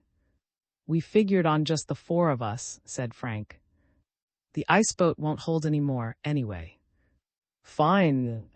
We'd better get together tomorrow and decide how much grub we should take along. We've got to eat, you know. You would bring that up, laughed Joe. No fear of going short of supplies when you're in the party. You'll see that we take enough. I must keep up my strength, returned unabashed. When the boys met Biff Hooper and told him that the outing was assured and that Cabin Island was available, the pugilistic lad turned several handsprings in the snow by way of expressing his delight. Yeah, he shouted. That lets me out. My Uncle Oscar and his 5 kids are coming to spend Christmas at our place, and it would have been up to me to entertain the little pests. Now I'm out of that. Hooray! This trip seems to be popular, remarked Frank. Well, you'd better start figuring out what you can contribute in the way of grub. We each carry our own blankets. Suits me. I'll take all the grub if you want. Next day the four gathered at Biff Hooper's home and in a very businesslike manner drew up a list of requirements for the trip and apportioned what would be required of each. Inasmuch as Frank and Joe had secured the privilege of Cabin Island and were also giving the use of the iceboat, and Biff insisted on looking after the matter of food. Each boy was to take along whatever cooking utensils he could beg or borrow from home. In this manner, with conferences after school and during the noon hours, the boys made their preparations for the outing, and the last days of the autumn term slowly dragged past. They had decided to leave 3 days before Christmas, almost immediately after school closed, and the intervening time was occupied by putting the iceboat in readiness and accumulating everything they would need. We don't want to keep trotting back to the city every day for something we've forgotten, pointed out. At last, everything was in readiness. The food supplies were packed, the blankets were stowed away, the iceboat had been overhauled, the boys had loaded skates, skis, and snowshoes on their craft, and everything had been checked over so that nothing would be forgotten. News of the proposed outing had circulated among the other boys at the high school, and the Hardy boys were besieged with requests from many of their chums who wanted to accompany them. But they were obliged to refuse. The cabin was large, but it would not accommodate everybody. Finally, school closed.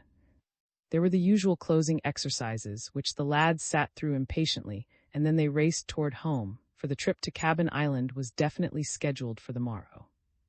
Mrs. Hardy had taken liberties with the calendar, and when the boys came home that night they found, to their unbounded delight and astonishment, that the Christmas dinner had been set ahead. There was a turkey in the oven, and the kitchen was redolent with the savory odors of a Christmas feast. "Whoopee!" cried Joe. "We shan't miss our Christmas after all."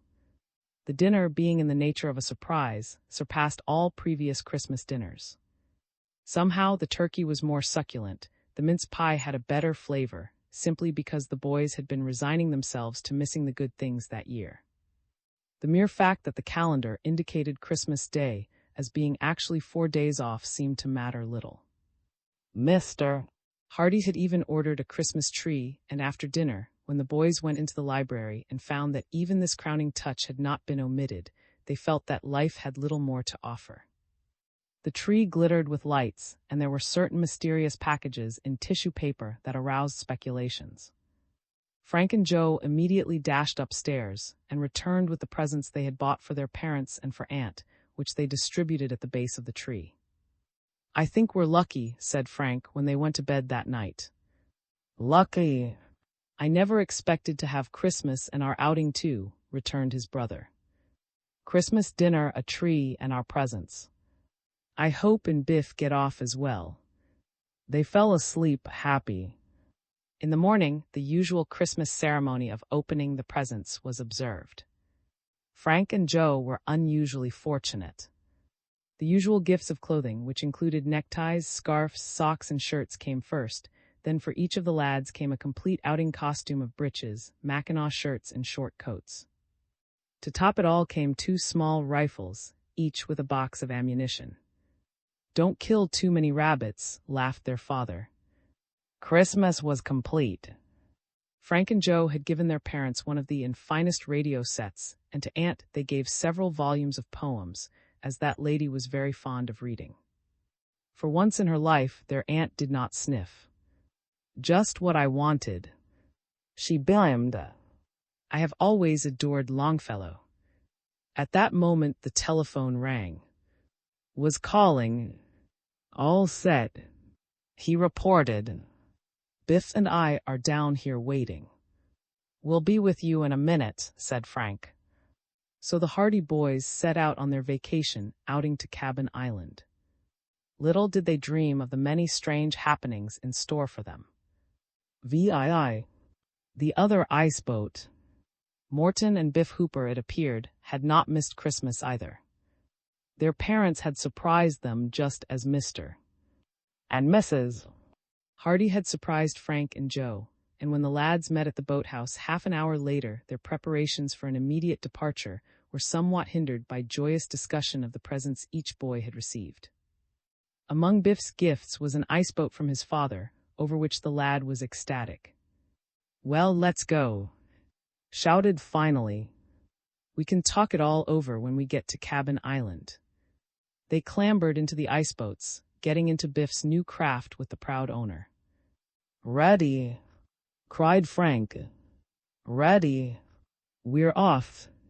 The boats glided out onto the ice of the bay. There was a stiff breeze blowing, and the boys anticipated a quick run to the island. The wind was strong and the sky was clear.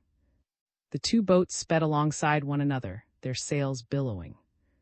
The city was swiftly left behind, and the open bay lay ahead. The winter air brought the flush of health to the boys' cheeks. Once in a while they waved to one another. The shores sped past. Frank, at the tiller of the Hardy boys' craft, swung the boat around so that it got the full benefit of the breeze, and it forged ahead, leaving the other behind. This meant a race, so Biff brought his boat around with the wind and soon managed to overhaul his rivals.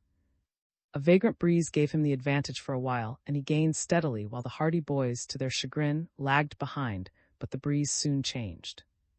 Biff found himself running against the wind before he realized it.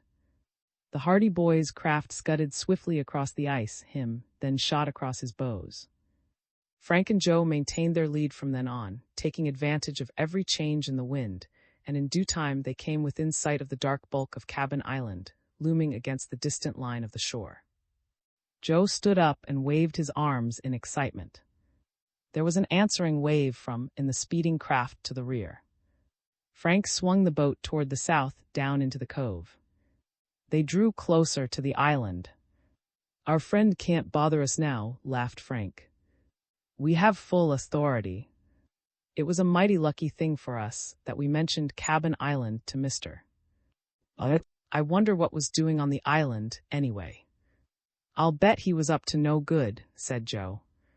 "Well, we won't worry about him. He won't trouble us." However, Joe was destined to be mistaken. The iceboat sped across the glassy surface, drawing closer and closer to Cabin Island. Frank, peering ahead, suddenly gave an exclamation of surprise.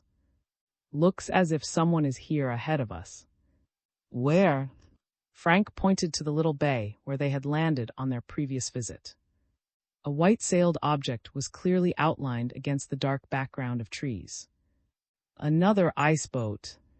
Joe gazed at the strange craft in consternation. "I wonder what that means." "We'll soon find out." "Somehow that boat looks familiar to me," said Frank as he steered toward the bay. As they came closer, they saw that the other boat was deserted. Frank could not escape the conviction that he had seen the boat before. Slowly he veered around until they ran alongside, within 100 yards of the bay. Then he nodded. "I knew it," he said quietly. "That's the boat Tad Carson and Nash were in the other day."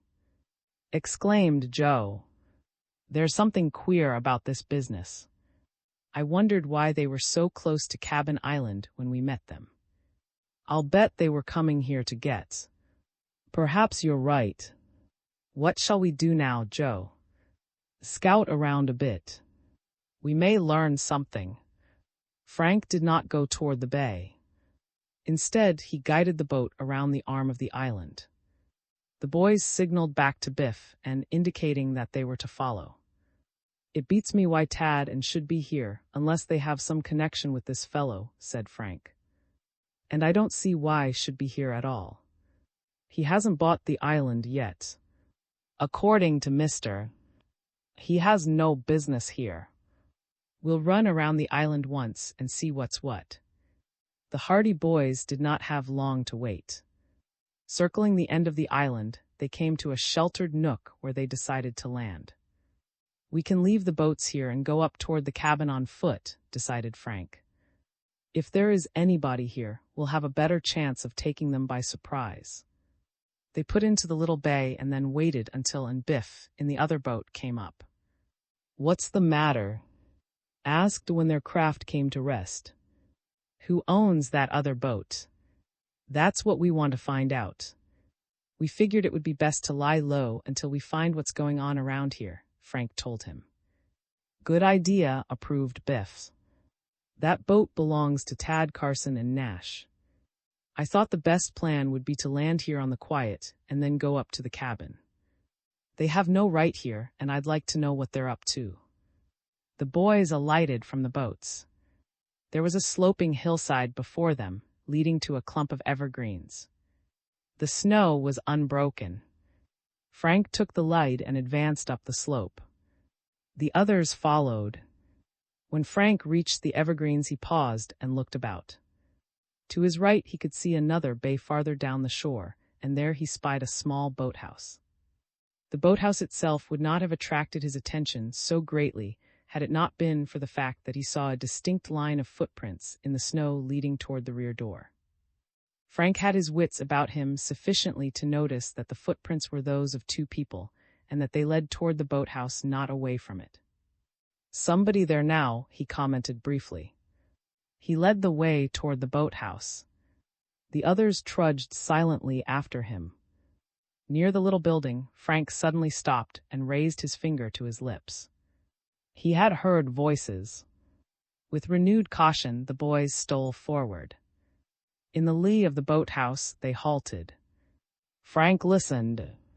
He had heard the murmur of voices from some distance back. He pressed close to the boards. Well, he heard a voice saying, "It's none of my business, so I'm not going to worry about it." Then there was a second voice. "I'm not worrying. I'm just wondering. We have our money. That's all that should concern us. Nothing wrong in wondering what he's up to, is there?" Said the other. "I think there must be something important around that old cabin." Frank turned to the others. Tad Carson and Nash. He whispered. He turned to the wall of the boathouse again. "I tell you, he wouldn't pay us for bringing him out to Cabin Island so often unless there was something behind it," Nash was saying. "That's all right. What if there is something behind it?" returned Carson. "It's none of our affair. He pays us. That's all we want. If cares to spend his time prowling around this island, why should we worry as long as we get our money?" The Hardy boys and their chums glanced at one another in surprise. The man who had ordered them away from Cabin Island on their previous visit. The man whom had said wanted to buy the place. "I don't see why he won't let us go up to the cabin with him," grumbled Nash. "What does he want to keep secret from us?" "That's his business," snapped Tad Carson.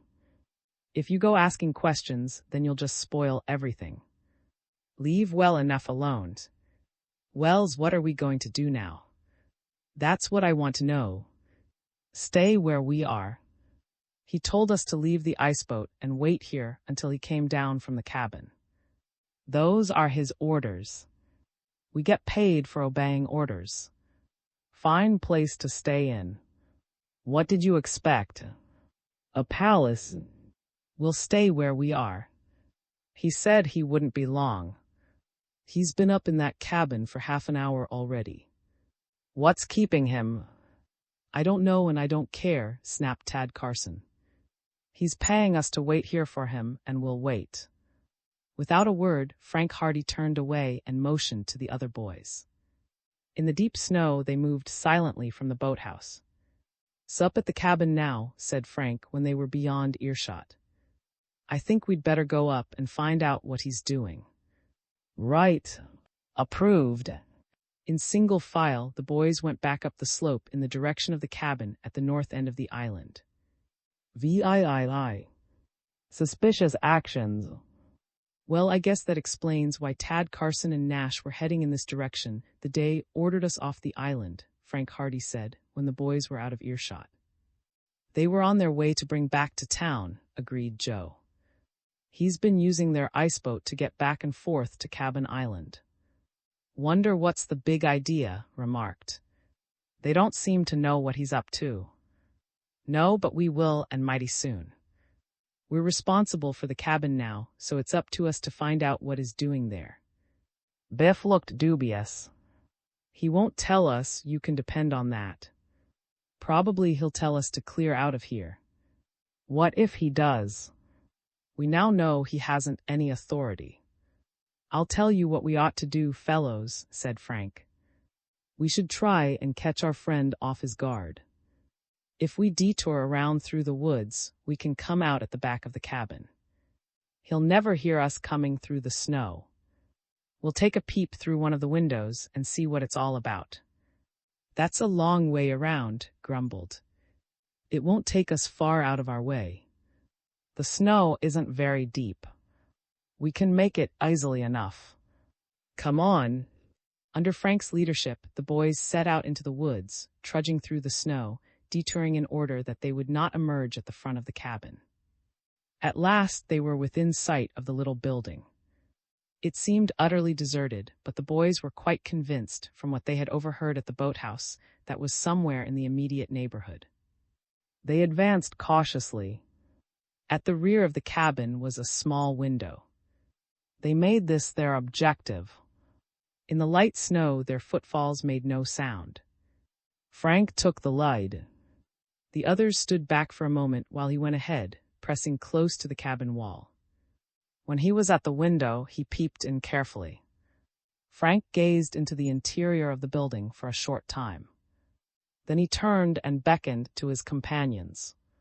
They came forward. Together, the boys looked into the cabin. The interior design of the building was simple. One long room with a huge stone fireplace ran the length of the cabin. Bedrooms and a kitchen led off to the side. From the rear window, the boys could see every detail of the main room, and as they now looked, they could see a man standing before the fireplace.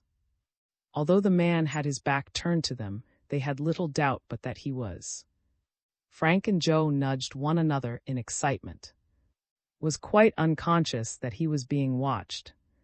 He stood before the fireplace, a long, slender stick in his hand. He stepped forward, measured a section of the stone chimney, stepped back and regarded the measured part, got down on his hands and knees and measured the base. Once in a while he shook his head in disgust and muttered something that the boys could not overhear. The boys were puzzled. Why should be measuring the fireplace in this abandoned cabin? In their eagerness, they forgot caution and gradually crowded closer and closer together until all four faces were pressed full against the window pane. Had chanced to turn their way, he would have seen them in a moment. However, the man seemed too greatly occupied. He was concerned just then with the fireplace, and evidently he considered himself quite safe from observation. Back and forth he went, examining the interior and exterior of the fireplace and the chimney, measuring it from every possible angle, even counting the number of stones. He took an envelope from his pocket and jotted down figures on the back of it. Suddenly there was a gust of wind. The side door of the cabin, through which had evidently entered, blew wide open. With a mutter of astonishment, the man swung around. He looked toward the door. The Hardy boys and their chums ducked beneath the level of the window sill. But they were too late. Had seen them. They heard a shout of consternation. Then they heard heavy footsteps on the cabin floor. The door slammed. Came running around the side of the building. "Hold your ground," advised Frank quietly to his companions. "Don't let him bluff us." Red with wrath confronted them. He recognized the Hardy boys at once. "Spying on me, are you?" he shouted. "I thought I told you boys to stay away from this island." "You told us," returned Frank coolly. "Then what do you mean by this?" roared. "What do you mean by coming back here again? I've a good mind to horsewhip the whole crowd of you. A bunch of meddling youngsters. Now get out of here and stay away. If I catch you fellows on this island again, I'll. You'll do nothing, mister," said Frank. The man looked at them suspiciously. "How do you know my name?" he demanded. It doesn't matter how we come to know your name. But we're here to tell you this, mister. You have no right to order us off the island. As a matter of fact, it works the other way. What? We're not trespassing. You are. You have no right to be on this island at all. And you certainly have no right to be in this cabin. Why, you young whippersnapper? Choked. I'll show you if I have any right to be here. You can't show us. What are you doing here, anyway? None of your business. It is our business. Frank reached in his pocket and produced the key to the cabin. Say this key. Mister, gave it to us. We're in charge of Cabin Island from now on. I'd advise you to clear out unless you want us to report the matter to Mr. He can very easily have you prosecuted for trespassing on the island. He told us you had been given no permission to come here. Was at a loss for words. This development came as a complete surprise to him. It's a lie. He gasped finally. There's the key. Piped. Laughed that off. I don't believe gave you that key at all. Oh yes, he did. We know more about you than you think, mister. We know you've been trying to buy this place, and we know mister. Refused your offer. We were at his house the day you offered him $8,000 for the place, and he turned you down. Does that look as if we don't know what we're talking about? What do you know about this place? Demanded. Nothing except what we've told you, Frank continued. We would like to know, though, just why it is so interesting to you. The shot went home, licked his lips nervously, then stared at the boys in silence for a while before replying. It isn't interesting to me, he said lamely. That is except as a cabin I'd like to buy. Was that why you were measuring the fireplace so carefully?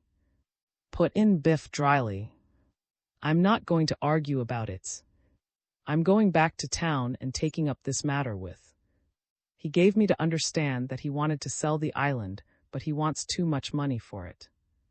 That's why I came out here to look the place over. You seem to come out quite often, remarked Frank. Well, you'll find us in charge here from now on. Anytime you can bring us a note signed by Mr. stating that you have permission to visit the place, we'll let you in. Just now, though, I think you'd better clear out. Clenched his fists, glared at the boys for a moment, and then turned on his heel. Without another word, he went away. The boys followed him around the side of the cabin and watched him as he strode heavily down the slope, muttering to himself. We'll see that he does go away, declared Frank. The boys followed. Near the edge of the cliff, they saw turn and look back. He seemed surprised to find that they had followed him. Then, evidently deciding that further opposition was useless, he went on down the path that led toward the boathouse at the base of the cliff. The boys stood watching until he reached the boathouse, and they watched until he emerged again with Tad Carson and Nash. The trio stood looking up for a moment and shook his fist in their direction. Merry Christmas! Shouted. If heard the greeting, he did not return it in kind. The interlopers went on down the shore toward the place where they had left their iceboat. They vanished around the bend. After a while, the boys saw the iceboat emerge into the open bay and recede swiftly in the direction of. That's that, exclaimed Biff cheerfully. He didn't have a leg to stand on, did he? I did. I don't think we're through with yet, said Frank thoughtfully. He isn't the sort to back down so easily at the first sign of fight. I have an idea that we'll see him on Cabin Island again before very long. Let him come, said. We have the authority. All he has is nerve. Let's put the iceboats up in the bay and get our stuff unloaded. The boys turned and went back toward their iceboats. Just the same, muttered Joe, I'd like to know what he was up to, measuring that fireplace so carefully. Joe's thought was echoed in the minds of all. There was some mystery about visits to Cabin Island. IX. Night on Cabin Island. It took the boys the greater part of the day installing themselves in the cabin on the island and getting everything shipshape, as expressed it by nightfall. After they had made the boats secure, they were obliged to make numerous trips from the shore to the cabin, bringing up supplies, but by the time the early winter twilight fell, they had managed to make the place very inhabitable. They were too busy to discuss the strange affair of. Mid-afternoon had brought a rising wind that sent sheets of snow scurrying across the frozen surface of bay, and they saw that a storm was approaching, which made them more anxious to get settled by night. They drew lots for the position of cook, the agreement being that each boy should alternate, a day at a time. To his relief, won the first appointment. As he did not relish the business of tramping back and forth to the iceboats in the snow, the arrangement was to his entire satisfaction, and he was soon busying himself at the warm stove endeavoring to prepare a savory stew for their evening meal. "Looks like a dirty night," commented Frank as he gazed out over the bay. "I'm glad we'll be all snug and settled." Blankets had been brought up, the beds had been made, the cupboard had been stocked, and the main food supplies had been stored in a little room just off the kitchen. The lamps had been filled with oil, and Biff had even tacked a few highly colored pictures on the walls to take away the bare look of the place. By nightfall, one would have thought the adventurers had been living in the cabin for months. The rising wind soon became a storm. As darkness fell, the snow began beating against the cabin windows, and the gale howled down the great chimney. The boys had decided against using the fireplace for cooking purposes, the kitchen stove being more adaptable, but a roaring fire had been built, and it cast a ruddy glow throughout the main room of the cabin. With an apron tied about his corpulent waist, emerged from the kitchen from time to time, reporting the supper as nearly ready, and each announcement was greeted with groans, for the fragrant odors were whetting the boys' appetites.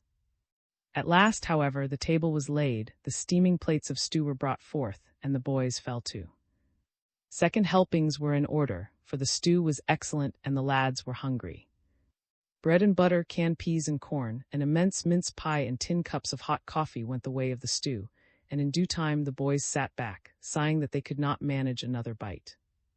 Beamed with satisfaction when the others complimented him on the meal. The boys sat about the table for a while, laying plans for the forthcoming week, and then they washed the dishes. After that, they explored the rambling old cabin and finally sprawled on rugs before the roaring fire. "Listen to that wind," exclaimed Joe. "It sure makes me glad to be indoors by a warm blaze." "With a full stomach," amended. "You would think of that." "The place wouldn't seem half as without that fireplace," said Biff. Frank regarded the great stone chimney. "It certainly is a whopper. I wonder what was so interested in it for." "Let's forget about," said. "He won't bother us any more." "Let's hope not. But just the same, I'd like to know why he was making all those measurements." "If he comes back, we'll heave him into a snowdrift and teach him a lesson," suggested Biff. "We won't let him spoil our holiday." Outside, the storm had become a blizzard. Joe went to the window. He could see nothing but driving snow, and the wind was howling down upon the island. The cabin, staunchly built, scarcely trembled before the impact of the winter gale. The activities of the day had left the boys tired, and they decided to go to bed early. In due time, after much scuffling about and after Biff had chastised for trying to hide his socks in the woodpile, the boys retired for the night and blew out the lamps. The fire glowed red, and the night wind howled down the chimney. Under the heavy blankets, the lads were warm and comfortable. Silence descended upon the cabin. The boys were just snuggling down to sleep when a terrifying sound rose above the clamor of the wind. It was like the wail of some anguished spirit. With one accord, the boys felt their hair rising upon their scalps. No one said a word. The dreadful wail died away, then broke out again. Then came's voice from between chattering teeth. "What was that? Some of you chaps playing a joke on us?" demanded Frank suspiciously. "And not me's," declared. "Me neither," said Joe. "It wasn't me," Biff clamored. Just then the sound broke out afresh. It was a long drawn-out, moaning sound that rose in volume to a veritable shriek, indescribably terrifying. "Ghosts!" clamored. "There aren't any such things," snorted Joe. "It must be the wind." "You never heard the W wind make a noise like that before, did you?" stammered. The other boys were forced to admit that they never had. The sound had a quality that was almost human. Besides, they had been listening to the howling of the wind all evening, and at no time had it approached that mournful wail they had just heard. "Maybe somebody is lost out in the snow and crying for help," suggested Biff. "How could anybody get out to this island on a night like this?" "Wait till we hear it again." They listened. For a long time they did not hear the mysterious sound. Then, with a suddenness that made them all jump convulsively, the wailing was resumed. This time the noise lasted a good 10 seconds, rising to a shriek of terror, then dying away to a dismal moaning. "It's right in this cabin," said in a muffled voice which indicated that he had hidden his head beneath the blankets. "It's ghosts, I know it." "Ghosts, my foot!" exclaimed Frank, scrambling out of bed. "I'm going to find out what is making that racket." "Be careful," warned Joe nervously. "I'll help you," declared Biff. He too got out of bed, and then there was a yelp of pain, followed by a crash. "Ow!" yelled Biff. "What happened?" demanded the others in chorus. "I barged into a chair. Stubbed my big toe." "Ow!" This relieved the tension a trifle. The others snickered at Biff's predicament. Frank lit the lamp, and in its glow the boys were revealed, shivering in their pajamas. His round face peeped out above a heap of blankets.